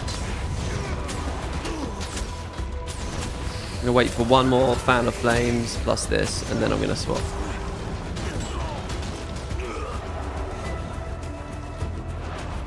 Love that the wings stay up. I'm still so happy they made that change. What the fuck? Yes, gaining adrenaline. Oh, hello, Kerry. I'm amazing. Unfortunately, I'm fresh out of this place. Smash the control panel. See if it opens up. Wait, which control panel? Not these turrets, I assume. Look around. Find a way to disable the barrier into the facility. God, there's so many. Having a billion inquests like this in a ring around the central area really feels like being in the Thormano reactor to me. Forge the way. Almost there. Alright. Barrier control panel. Barrier control is active. Lockdown protocol is in effect. Only authorized personnel may proceed. Enter valid authorization key to unlock controls. Insert, but wait, there's more. Is it? Could someone just confirm to me, is this the last instance or no? Oh, well, there we have a magnifying glass over there. Inquest authorization key. Huh. This looks like some sort of control key for the barrier console. Promising, if lacking in spectacle. Let's give it a go. Alright. Yeah, it just looks like a red inquesty PDA. This is not the last. Oh my god. What a good patch. Longest living world patch ever? Dare I call it that? Let's consider some other patches after there's been long breaks. The Giala Delve stuff definitely was not this long. What other ones have been after long breaks? Well, a lot of them have been attached to seasons. A lot of the Season 4 releases did end up pretty long. That did it. Alright, we got the key. Oh, here we go. Project Omega self-evaluation report for plot. You should have negotiated with us, Kuda. The only choice left is surrender. It's these three again Look now. at you. Blindly pursuing whichever inquest leader is dangling in front of She's you. right. I can't help but notice that you seem to have left most of your allies behind too. It's alright, I've got the good ones. Vlox is a disgrace, but at least he isn't stupid. I can't help but question what he sees in you, though. Farewell, Commander. We we will not be meeting again. Omega Team, you have your orders. Okay, wait. I think you'll find out that we've improved since you last faced us. Finally, time for a true test of strength. Now you die. Now you die. Right, I'm going to read the things before killing them. So, Plock. The following report collects the content of Project Omega subjects Plock's audio logs as transcribed by Project Specialist Keeley for Overseer Kuda's eyes only. Damn, that commander. Oh, this is the one that hates us, and we don't quite know why. The weak, spineless scum, Overseer. I understand your damn, what's the word? Your frustrations, perhaps, over their involvement, and I share your concerns about the Director's actions. I worry our retreat will only make our enemies more bold? Bold, yeah, that's it. I take full responsibility for my... Ugh, never mind. Oh my god, this guy speaks like me. He's forgetting all of his words. It's unimportant. We'll be ready next time, Overseer, I swear. Entry 5. We saw Director Vlox at the temple. He came out of some magical ring thing? Right in front of us. I could sense his power. Natty and Zip too. He was like us, but not. He snapped his fingers and before I could blink, we were back outside the temple. This is when they got TP'd away. He shooed us away like children. The traitor. He will pay. Overseer, I will. It will happen. And entry 6 says, Director Kuda, you've proven your superiority against any who'd challenge you. I have admiration. I have admiration for the way you handle things. My words, they might be fading, but Director, Overseer, wherever you go, I will follow. So we got one that's going so fast his brain is breaking. One who's slowing down to the point that he's losing his vocabulary. An Asura after my own heart. And finally, oh god, Canuck's going for it. Oh, we've actually managed to aggro just one at once. He's an amalgam. Project Omega post-mortem. Fuck, man, I can't do this. I can't stand in an AoE. Will the UI stay on screen for the whole fight? It will. Okay, that's not... Oh my god, the evades, and then the fucking evolves, and then the evades, and then the evolves. There we go. I don't want to stand in that. No fucking way. That's good. A little bit of engaging content there, I suppose. Can I proc a riposte? I can. No more mistakes. We learn fast. Find their weakness. Make them flee. I really feel like I've cheated here. Did you guys do this? Oh no, you evaded all again. Alright, his cooldown's about the same as my Bull's Rush. I'm going to step back a bit so that when he next does it, it's away from him. Yeah, these are all amalgam abilities that he's using. That's cool. That getting a bit of elite spec representation here. Quit slowing me down. Oh, he's the fast one. There we go. Perfect. See, now we can just dodge in. And he can't do squat. Oh my god, we really hurt him there. That was cool. Ow! Did you catch me? Sorry. I needed to read. You came between me and my law. That's how. Right. Or no, Canuck got pissed off with you. Director Kuda has taken full control over all Inquest operations in Eternity's Garden after former Director Vlox supposedly turned against the Inquest during his operation at the Spire of Exaltation to the north of our position. Given the fluidity of the current situation, I'm writing this report to serve both as my final report on Project Omega as well as my official letter of resignation from the Inquest, effective immediately. This is Head Researcher Scala.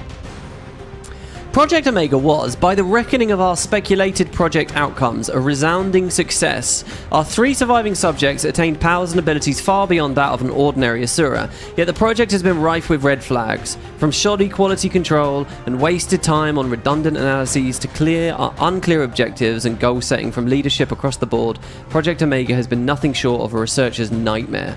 Director Kuda may not be pleased with these findings, but even she cannot deny that her 3 champions were neither well-suited nor even tempered enough to handle the levels of power that they have been given. Whoever finds this, give my regards to the director, but remind her that Scala is nobody's underling. I do not expect anyone will find me. Who was Scala? Scala sounds cool. Fuck, I've lost track of them a little bit here. Alright, so that actually wasn't the last report. The last report for the 3rd and final character is not in this room. Interesting. Right, let's see what we got here. Is Plock a scrapper? Oh shit! Are they all different engineer specs? No, that last one is using some void shit. What's that crazy void ability they're using? I relish this challenge. With your defeat, none will deny my superiority. We get it? I don't know whether I should really be using Rip. I don't think I should, right? Might be wrong. I'm going to stay for the second final thrust or the second... Okay, that was a lot of CC. Oh, we don't want to fight with our longbow when they're projectile emitting. Oh, we've actually ran out of stun breaks for a second here. No, we're alright now. That's a good cleave here. Very happy with this. Especially if we get on longbow before his next bubble comes up. Oh, he's dead. One of them's dead already.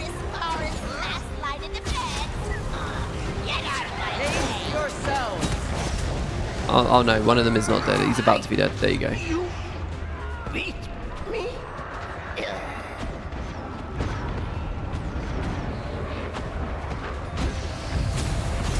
Time to strike. Oh man, the F1 after the final thrust, and I'm cancel casting it.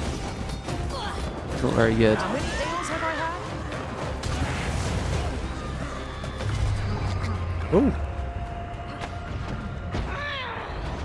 Managed to avoid my fan of flames there. That was a lucky sunbreak there. I did not react to that. I was already queued up for the stomp. And it...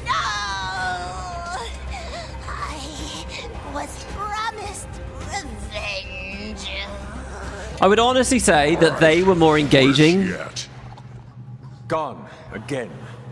And we're lucky to be alive. She played us. What are we waiting for? Let's chase her down. She planned this all out.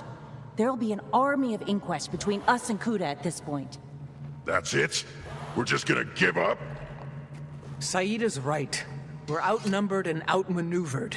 We need to pull everybody back. Yeah, it doesn't feel like it though. It feels like I killed everyone and everything. It happens. It's time to take a step back. Reassess.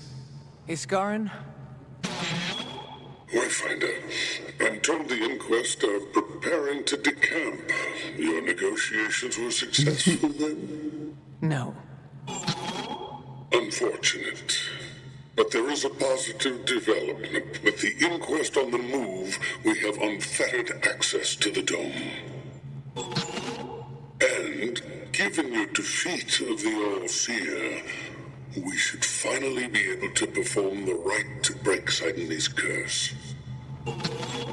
Historian Minna has pored over everything. She will meet you at the dome of the indelible word to provide guidance.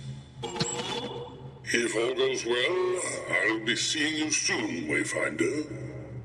Dude, what a great... That felt for a moment, the whole, oh, we've had a setback, next patch, you gotta wait. It really felt like it was going to do that, right? But no, it goes on, which is a nice surprise. And it's a good thing that it goes on, because it buries what feels quite awkward, to be honest. To me, this does not feel like a defeat. She just ran away for the third time. It's just... She just distracts us, pocket sands us, and then runs away. Okay, so this is the last guy's report. Here we go.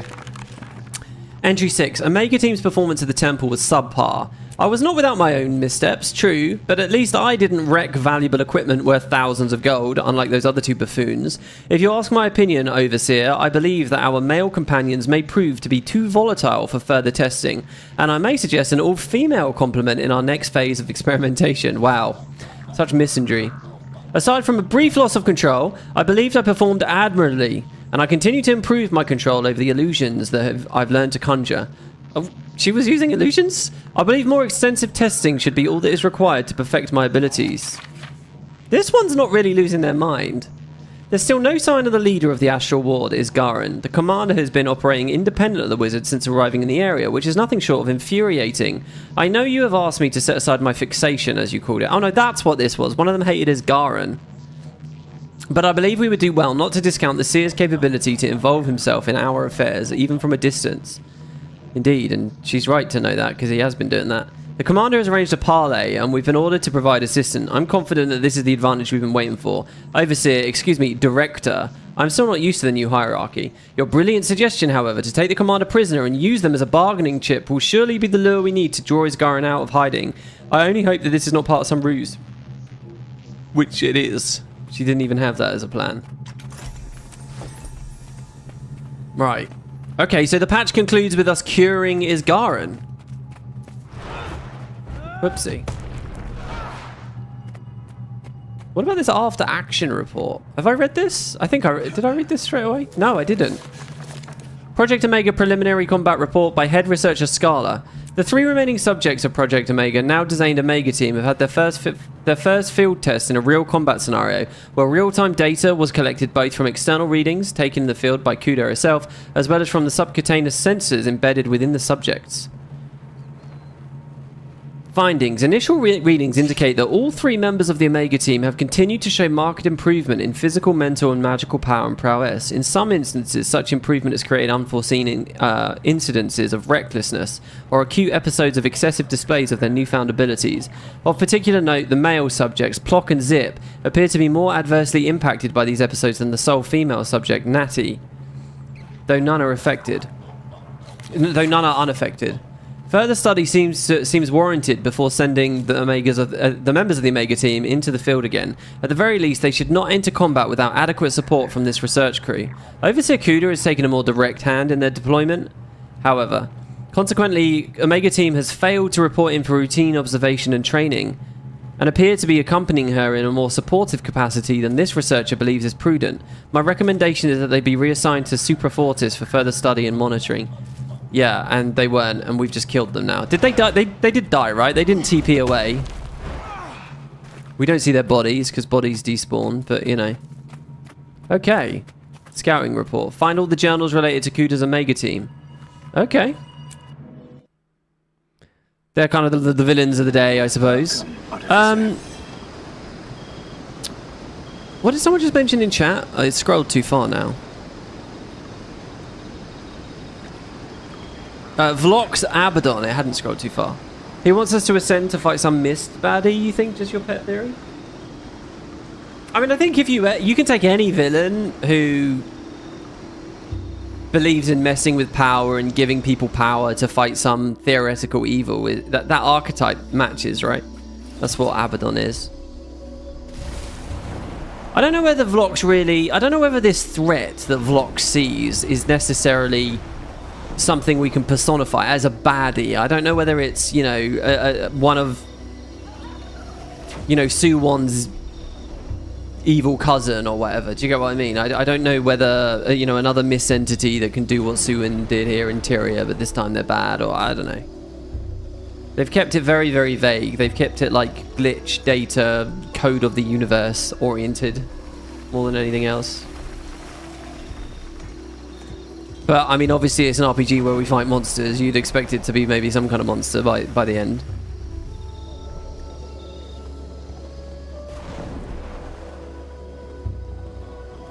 Right, so we're going to the dome, which we previously couldn't go to because the inquests were blocking it. I wasn't really aware that that's what the story was, to be honest.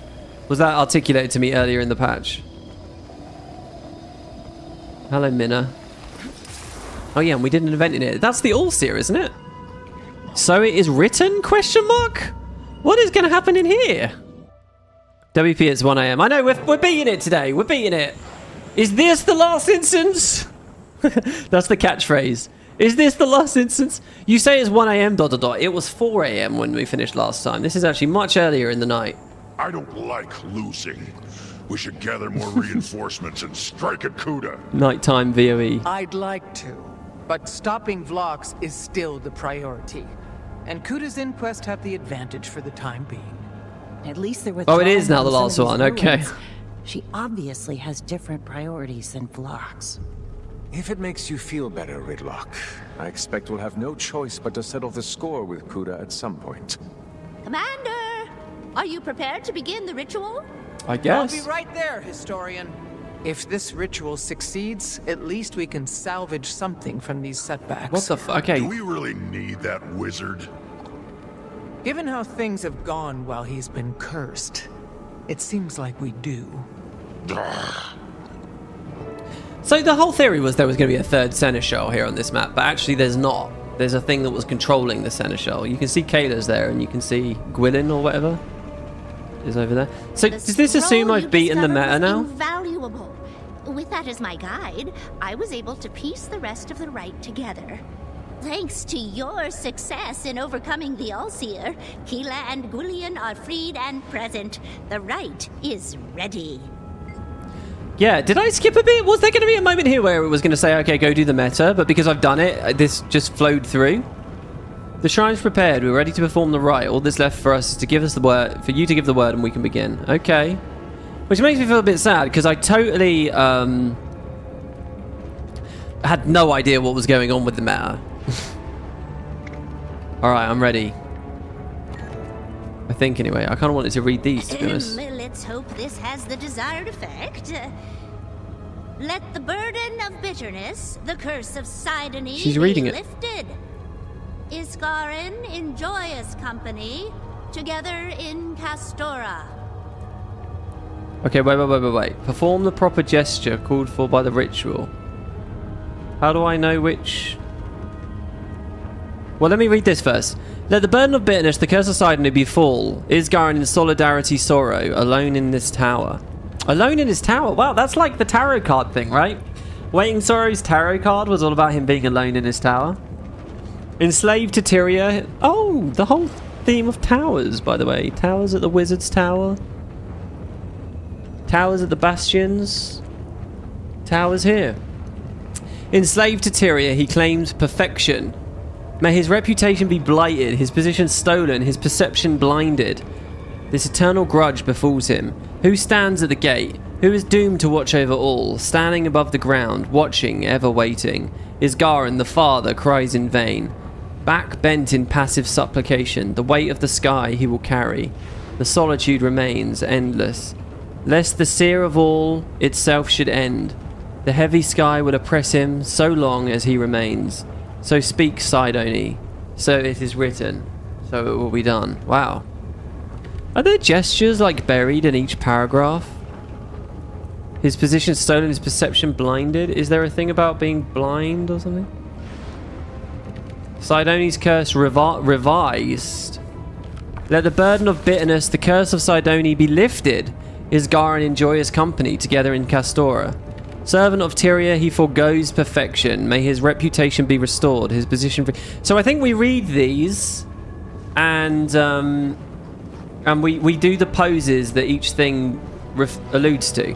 So, let the burden of bitterness, the curse of Sidony be lifted. Isgarin in joyous company together. Kneel in supplication, in joyous company. Perception sharpened, weight of the sky above the ground. So we're going to do in joyous company. Yeah. I thought there'd be some magic glyph, to be honest.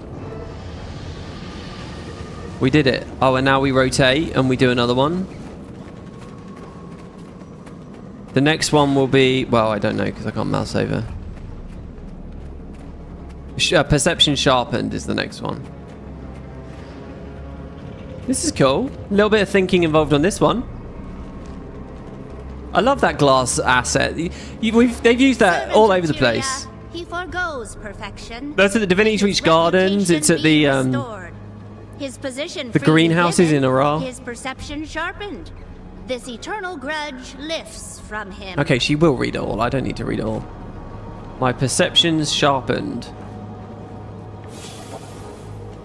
Oh, this is just like killing Nuris, isn't it, guys?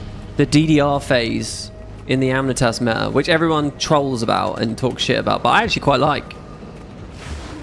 The event here in the open world is a little bit similar to this. Oh, is it?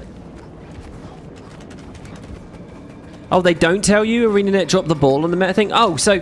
Okay, so can you clarify to me in chat, does the game force you to beat the meta first? Or does it just assume you've beaten the meta first? Stands at the gate, who volunteers to watch over all. Standing above the ground, watching, ever waiting. At this point, we really shouldn't be in the world where we still don't know how exactly to integrate the meta events into the story. We just shouldn't be.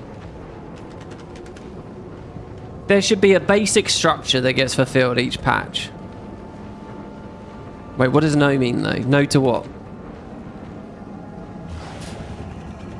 It assumes you'll do it with no indication of when it's appropriate. Yeah, that's silly. That's so silly. They should at the very, very least do the thing where you get the yellow achievement eligibility telling you to do it early. But it seems like every patch they try a different flavor of it. Not just patch, but even in expansions, you know, even going back to the end of Heart of Thorns. No, going back to the Gates of Ara. Yeah. Well, luckily we did do it, didn't we? Because quite often in these story playthroughs, I just do the story first and then we do the meta and stuff second, right? We do an open worldy section. Right, standing above the ground, watching, ever waiting, above the ground.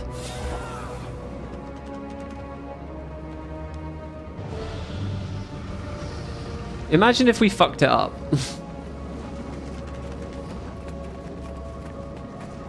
Is Gwillian not, like, sentient? Can it not speak? I can't remember. It doesn't speak in the meta, does it? For some reason, I have it in my head that it can. Is that because in the Gwildel collection thing from the base expansion they did that? Iskarin, the father, rejoices, back straightened by determination. The weight of the sky he will carry, this solitude ceased, finite. The weight of the sky he will carry. Whoa, my character really moved fast at the start of the animation. Why did the first ritual I cast take quite a long cast time, and then all these other ones have been really short? I like the colours in here. I love the Choya themed minis I've got in this character. There's a different coloured Choya each time we go into a new instance because of the randomizer. So good. The seer of all stands conquered. The heavy sky shall oppress him no more. So speaks Minna. So it is written. So it will be done. Well, she followed the format. About it then? I expected something a bit more grand. I don't know. Maybe we need to try again? Oh, he's here. What's up? Wayfinder and friends. My power begins to return, and I have all of you to thank. Go right ahead then, wizard. Yeah. What? Thank us. Thank us. Thank you, Tribune. Wayfinder. Captain. What about Minna? What about Minna? Quite welcome, Iskarin. Holy shit, she didn't even get a name drop. This is making me uncomfortable. I think I like you better when you're surly. Surly does not begin to scratch the surface. Sidney sought to protect Castora from me, rightfully so, perhaps. But this is a different time. A different battle. Vlok said he's going to repair, reforge the foundation of reality. One change, he said. One change? No. I have seen what Vlox now sees, trod the paths Vlox will surely tread. It is a road beset with perils, with temptation, with consequences beyond anything you can imagine. It always begins with one change. But that path has no end. Commander! Oh, it's Ludo. Ah, yes. The fog shrouding Castora begins to clear. Communications are... Commander! Is this a bad time? This is cool. We're connected to Tyria. Ludo, what do you know about the Arcane Council's involvement with Vlox? What are you getting at, Commander? Speak plainly. Vlox had permission from the Arcane Council itself. I saw it. How did you not know about this? You didn't know, right? What? No! What? Now Vlox's power rivals Iskarin's, and Kuda's taken over the Inquest. No shifty two-faced. Tell me everything. No, wait, no time. If I can talk to you, they can talk to Blocks. Kuda? I need to gather evidence immediately before they cover their tracks. Oh, they will not get away with this. Interesting, interesting. That feels quite cool, actually, that we've properly, like, got rid of the curse now. And that has an impact on everyone, not just Isgarin. What's he talking about? It's the one change, but the path has no end. You know what it feels like to me? It's like, have you guys ever played an RPG and then you've used, like, a save state editor? And you'll be like, oh, sorry, like a save editor. So you just, you do one little tweak, and then you do another little tweak, and you do it, and there's no end, right? You can't stop tinkering. I guess that's basically the vibe that we're going for, right? Wow, everybody's really fanned out. Okay, guys. Nobody wants to be near each other. We all smell, do we? All right, we'll go left or right. Well, at least Isgarin is back to his old self. Kind of. What interior possessed me to leave a loner behind? Things were much simpler back then. Now, I feel like I'm being pulled in 4 directions at once. Yeah, but like me, deciding who to speak to first. What's on your mind, Commander? So, Sidoni's curse is broken. So many ramifications, right? Yeah, just one more mod, exactly, yeah. Lifting changes everything for Castora. Communications, waypoints, trade. They aren't equipped to deal with all of it. Also, Isgarin's power returning means he can help you in ways the rest of us couldn't. And did I just see Westergaard feeding a seneschal? Hold on. Vlog's about to fall into a loop of just one more change, getting flashbacks to a certain Star Trek Voyager arc. What's the Voyager arc you're talking about? I only ever, as an adult, have watched that through once. And it's an okay show in terms of, like, episode to episode. And the characters are okay, but, they really fumbled the bag with a big idea on that, so I don't really like going back to it. You know, just this thing where the whole thing is about getting back to Earth. It's such a rich, cool idea. And then do random fucking time travel episodes where they're on Earth. And then to handle the finale the way they did, where you don't even really see it happen. They really fucked that show up. The executives didn't know what they were doing with that when they were trying to deserialize it. Anyway, right, what do you think about the situation with the Arcane Council? I hope Ludo can dig up some evidence before there's a cover-up, if there isn't already. I wonder if they even know that Vlox betrayed them and Kuda's in charge. If not, likely they will very soon. Honestly, I'd love to be there when she calls the conspirators to question. Gods, I am starting to sound like an actual politician. Oh yeah, BRSP said it. Reminds me of that episode of Voyager where the guy is trying to erase stuff from history to change the timeline to bring his wife back. I don't remember that specific plot point. I really don't. It's basically a mess with the timeline to save someone plot, yeah.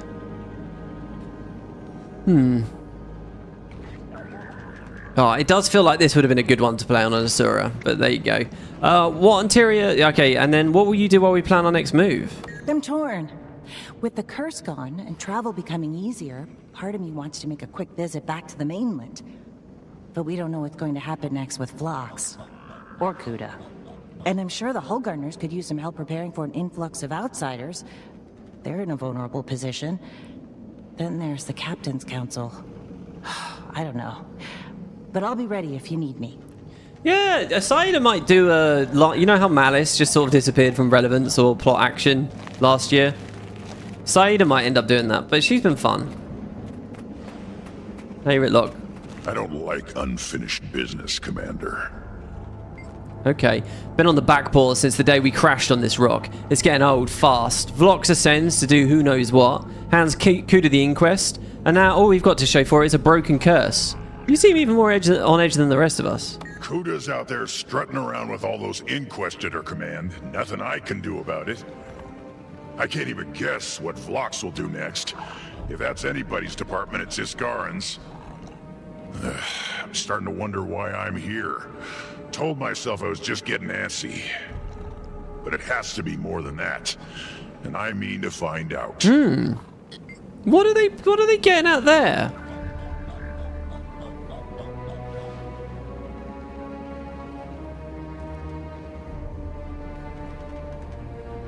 Starting to wonder why I was here. I told myself I'm just getting antsy, but there has to be more. Why are you here? What do you think? I don't know. What do we make of this, guys? What are they building to for Ritlock? Happy to see us going on the men then. I like the idea.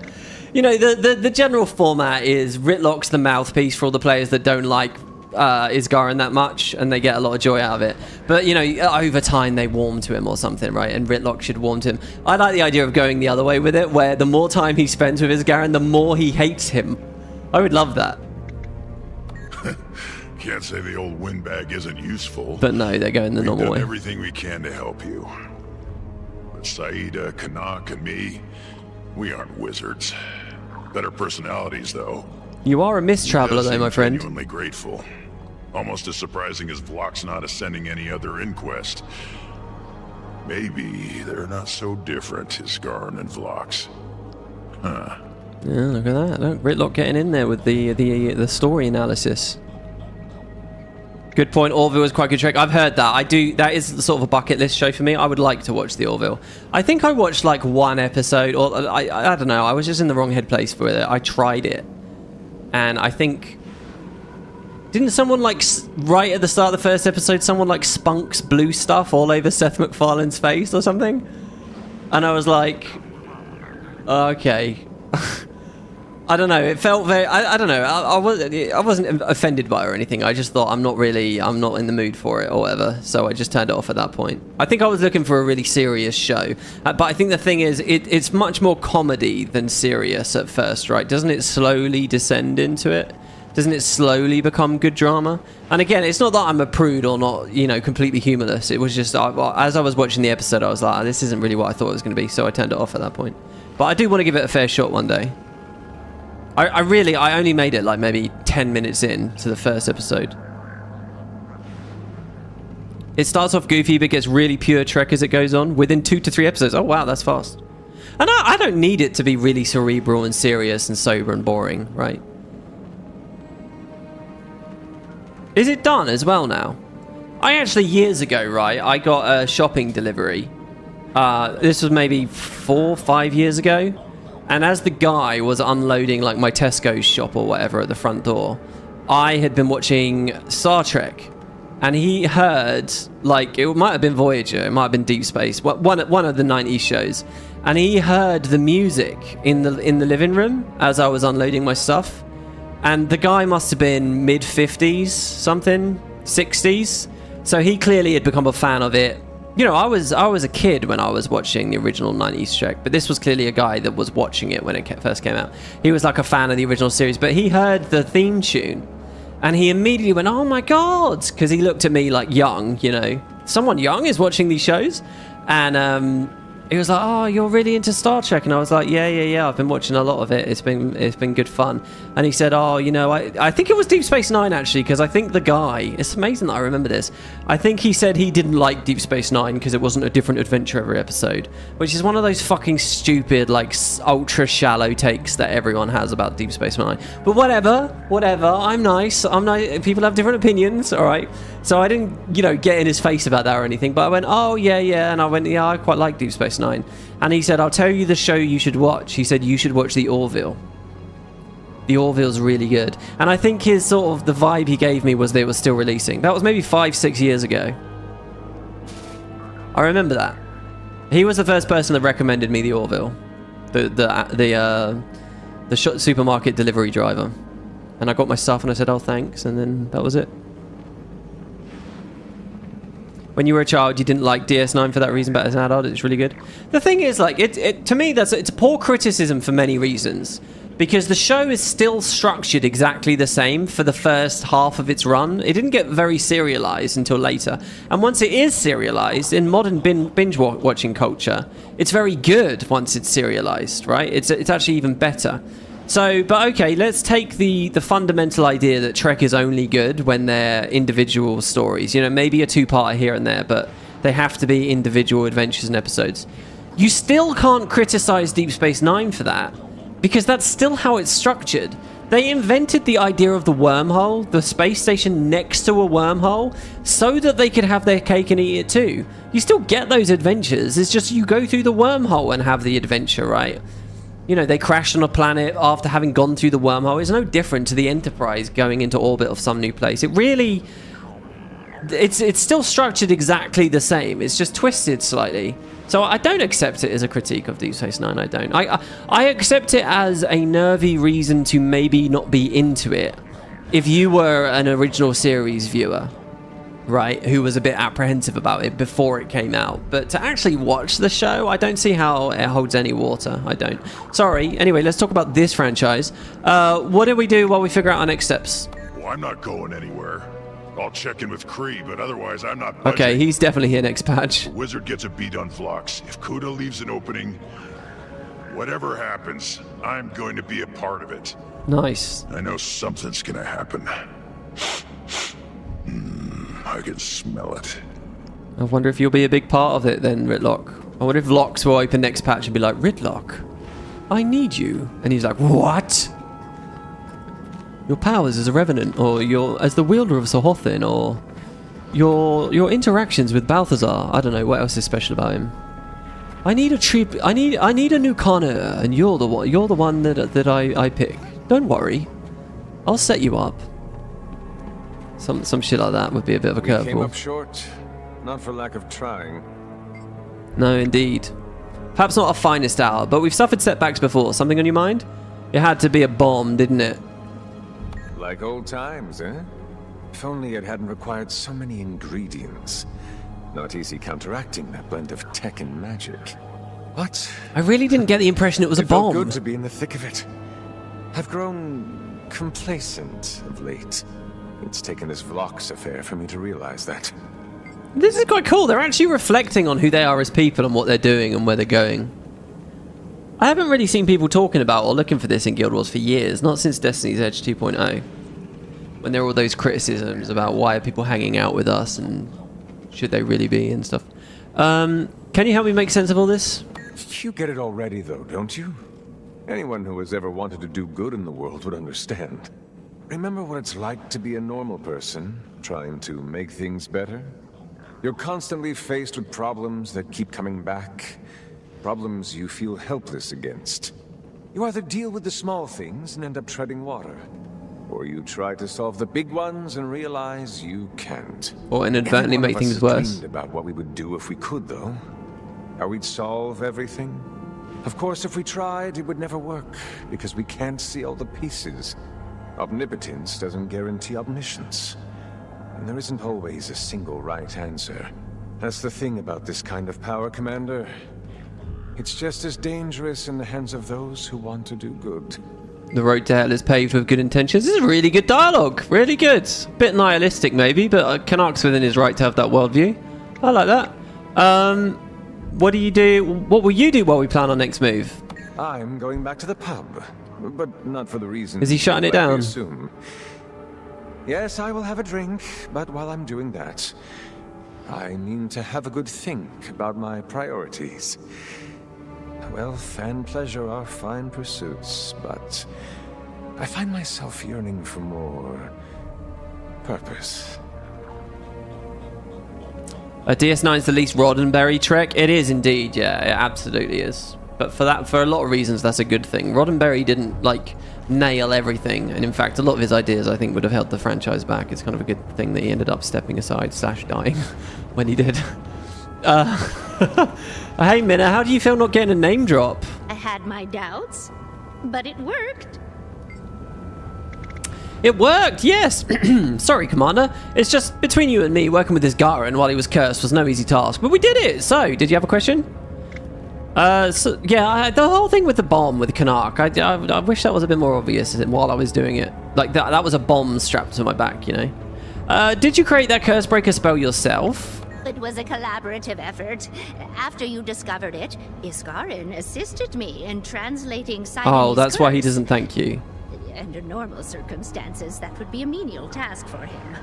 But the curse fought him, fang and claw. Tooth and claw, Once fang we and claw. had the translation, I attempted to reverse engineer a counter to the curse. I was skeptical. I am a historian, not a spellcrafter. But Iskarin believed it could be successful. He was correct. I still do not understand Sidoni's naming of Iskarin as the father. Iskarin claims it was used as a pejorative. I kept it, relying on its positive connotations to negate the insult. Where does that come from? Pejorative as in what? This is going to seem a bit weird and out there maybe, but he's the father as in waiting sorrows? So, you know, paternalistic in that way? Are Kayla and Gwilyn still safe to be, just safe to be around? Yeah, that's cool that they're just hanging around here. This is not my realm of expertise, but it does seem so. The All-Seer, the great statue infused with the, will, for lack of a better term. The will of seers who willingly gave their lives, let's say. Its function was to control the Seneschals. Perhaps you saw the chain-like magic affect them, yes? That, influenced the Seneschals to protect Castora. This is my theory, anyway. I've yet to run it by Iskarin. I've noticed he is often not forthcoming with such details. Indeed, he's not. Whether that's because he is secretive by nature or simply hiding his ignorance, I couldn't say. I'm going to say he's secretive. I like talking to Minna. Did the Seneschals have to be freed to break the curse? Yes. And no. I think so. The All-Seer had to be defeated, from my understanding of the curse. Whether the Seneschals being freed was a requirement or a side effect is a question we might never know the answer to. I, for one, am pleased to see them freed. They are friendly, but still quite protective of this land. I can see why, in desperation, the Seers use them as guardians in their absence. Lots of fun. Okay, and then the best for last, obviously. Even though he's going to disappoint us and not say enough. My mind clears. Finally. WP, how are you finding all the new lore seer things? I don't know really right now because I haven't... I'm assuming the open world has a lot of really, really cool... you know... texts and writings and dynamic events with dialogue and stuff like that. Just like we saw up at Bavanissos, the Mistburnt Barons and stuff about the Massat. I'm really looking forward to doing that. That will be the next episode. As far as the main story is concerned, it's been a bit hand-wavy and waffly, really, with, you know, the idea of the All-Seer and stuff. But we will see. We'll see. These are trying times, but not all... And, you know, that's just how it goes. A lot of the juiciest, most interesting world building is often in those side things. If you look at, like, launch VOE, the stuff about the Seer ghosts and stuff, I really enjoyed all of that. I loved so much of base VOE. All the dialogue updating as you completed the hearts each day. Some of that never really appeared in the series, but it was good. These are trying times, but not all is lost. My curse is broken, my power returns, along with some newfound perspective. I am grateful, Wayfinder. Okay, are you back to full strength already? No, but I expect it will not be long. Again, I offer my thanks. Since landing on Castora, I've felt increasingly out of sorts. Being forced to rely on all of you without access to all of my power, I've felt almost helpless. Mortal, I suppose. It is a disturbing feeling. Yet perhaps it has also provided me with some overdue perspective. Well, we beat the shit out of you when you were possessed by the Cryptis in the very first expansion. By the way, let's not forget that. WP, there's another one at the back. You're right. Can I go speak to Kayla? What do you think Vlox will do? He has proven his sincerity, as well as his dedication to his beliefs. He has witnessed the full depth and breadth of the obstacles that plague existence in Tyria and beyond. And he has the unshakable conviction that what he does is for the greater good. There are few things I truly fear. I fear what will remain of Tyria if Vlox succeeds. Interesting. There's kind of a theme here of the Seers being advocates for the status quo to a certain degree. Even with the mess that comes from that, the chaos that comes from this world of free will and all this stuff. And I wonder... Do you guys think that Vlox is on the same level as, say, Melandru or Grenth or, you know, any of the 6 at this point? Do you think he's on that sort of power level? Do you think the 6 have all also been tempted in their own ways to completely rewrite the universe? Because it's...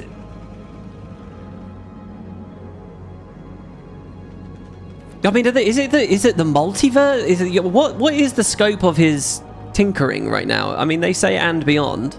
Isn't that technically what the 6 did when they came to Tyria? Isn't that technically what they're doing when they're doing their own garden right now? Kind of feels like he is sort of on that power level now.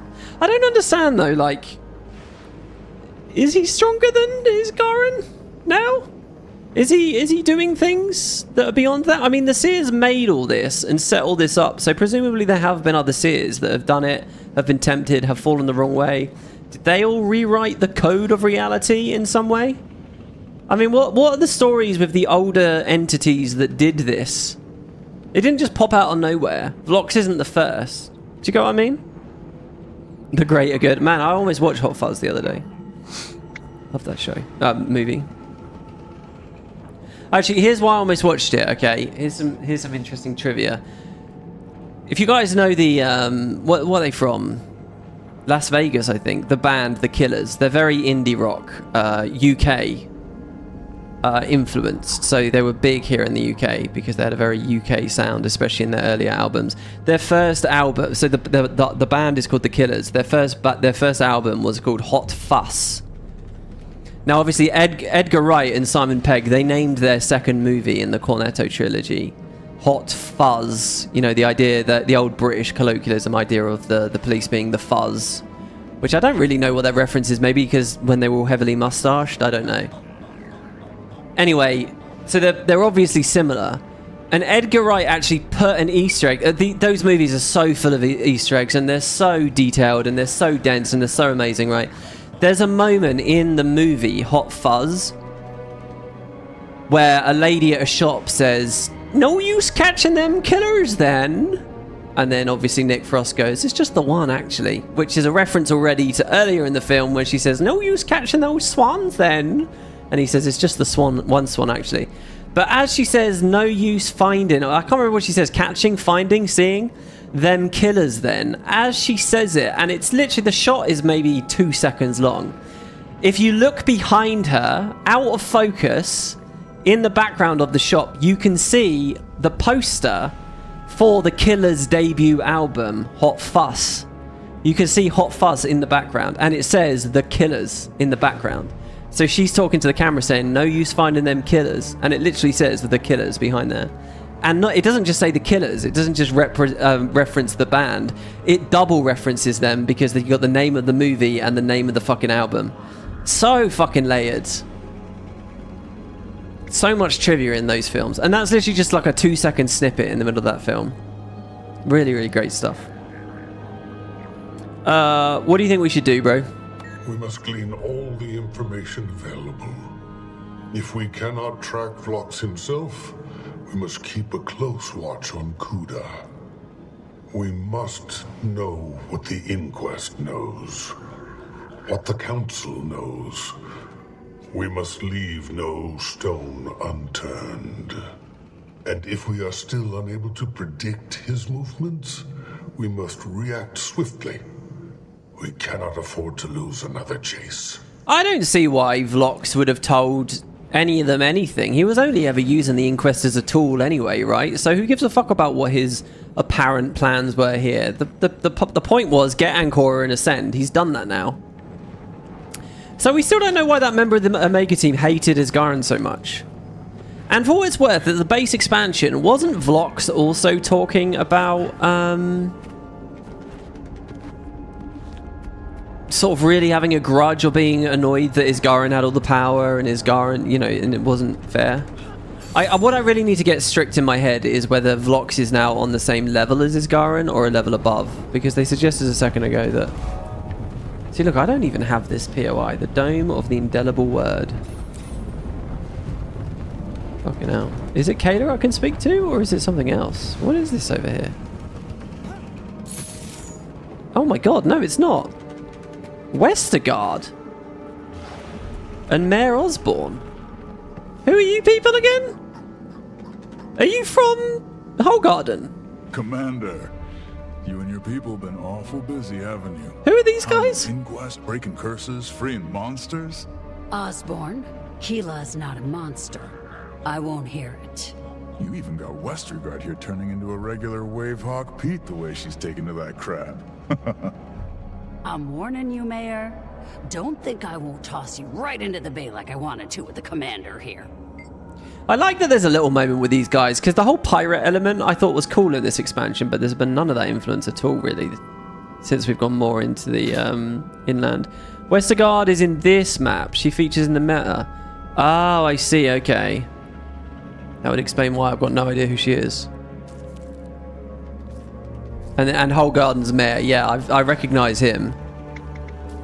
Well, now, everything's going to change, isn't it? Not sure we ought to thank you or blame you, but both. Ha. And I see you've got something on your mind again. Well, go ahead, out with it. The fog is clearing. For better or worse, yeah. Mostly better, I have to think. But it's going to be a huge change for Holgarden. Without the fog and the storms, we could have a real trade route. I'll have to talk to your Captain Saida about that. How do you like the sound of Port Holgarden? Your people tell us this will make waypoint construction simpler too. Survival here is about to get a lot easier. Whether we can hang on to what makes Holgarden Holgarden, that remains to be seen. Uh-oh, the anti-immigrant propaganda will be starting very soon. They'll be voting for Castor exit. Just a couple of years down the line. Don't do it. Don't put it up to the public. Think about the economy. All right? All those visitors. Money. No more threat from the Seneschals? I was itching to slay both of those beasts. I was wrong about them. I'm not too big to admit that. The Seers chose them for a reason. Noble creatures, fierce. And I think they care about this land. More than us, maybe. Now that they're free from Seer control, I think we can work together. Tend to the land. Protect it. Pete called it symbiosis, I think. Pete says a lot of things. He's cute. Nice. Rip Holgarden once the corpse move in and Nestle drains all the water. Yeah, I'm looking forward to the next era of Guild Wars 2 where we're analysing the merits of globalism. I'm sure everyone in the community will be very sane about that. Castora GDP must go up. Import the Infinity Grawl. What will you two do now? That depends on whether the Inquest are leaving Castora. If they are, guess I'll be tending to Keela and Gwillian. But if the Inquest think they're staying here, well, you might not be able to get rid of me just yet. Invest in property, yeah. I've been gone long enough, and I've got a feeling there's going to be a lot more Marin that'll need doing now. Tell Saida I could use her advice about that port idea. Here she's getting into politics, too. Plenty to discuss. The storm ahead. Overall, my quick review here. Okay, hold on. We're not actually technically done yet, so let's pop out. Wait, I don't have an exit instance button, so maybe we have to walk out, which suggests to me that Vlox is about to message me. Because why do it this way otherwise? I think we're going to walk to the entrance and we'll get a little phone call. Either that or we'll go... Phone call? Phone call? Ah. A man can dream, right? Liquid Shadowstone. It's used to craft the legendary accessory Stellar Radiance. Alright, so it is written. We get the Forge Guard's token for the helmet. The spoils of battle. We get another relic, the relic of the Director. Inflict vulnerability on nearby enemies when you use a heal. And gain a damage boost as well. We read all of those earlier. Awesome. So we're missing two. One is from buying it from the relic vendor, and this one is from completing the entire mastery.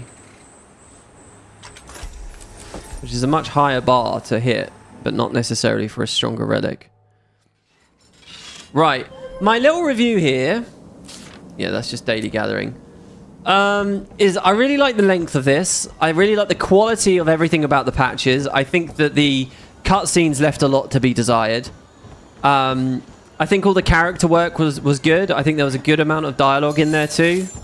I'm very happy with the number of instances. If every Guild Wars patch was about this scope, I would have been thrilled.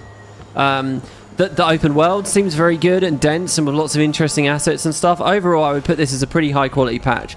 The main issue I have with it though is it's too light on real tangible details with regard to what Vlox is actually doing and stuff, and I appreciate they're trying to hold a bit back to captivate us, I guess, but it's too empty to captivate me. I think it's a bit too thin for now.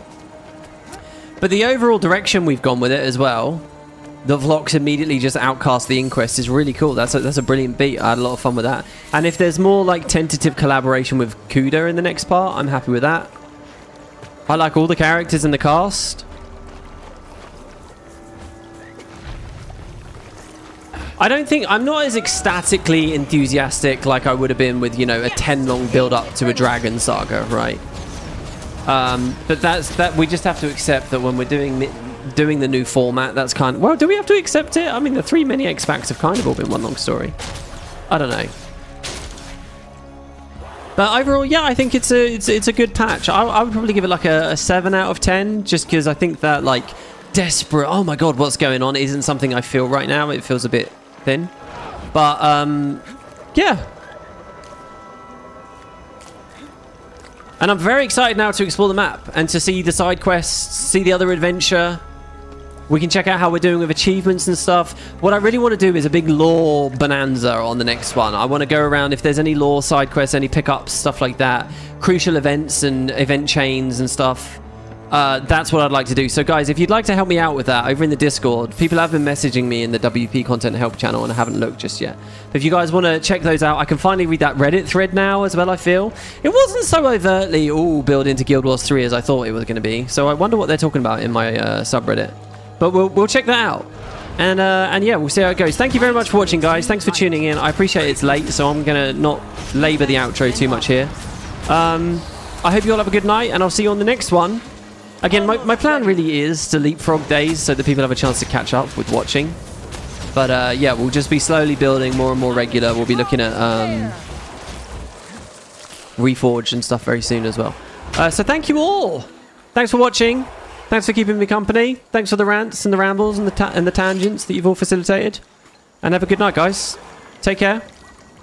We might swap character as well next time. I don't know. What do you think? I have a lot done on the Wizard's Vault just for hitting some random mobs. Ah, we completed the special. Yeah, we can buy more of these rewards and things as well. All right, guys. Cheers. I'll see you next time.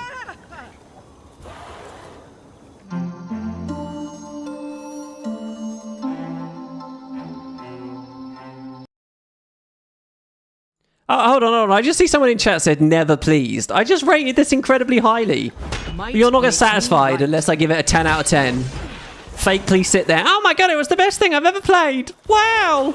Yeah, if I don't say that, then it's never pleased, right? Nonsense.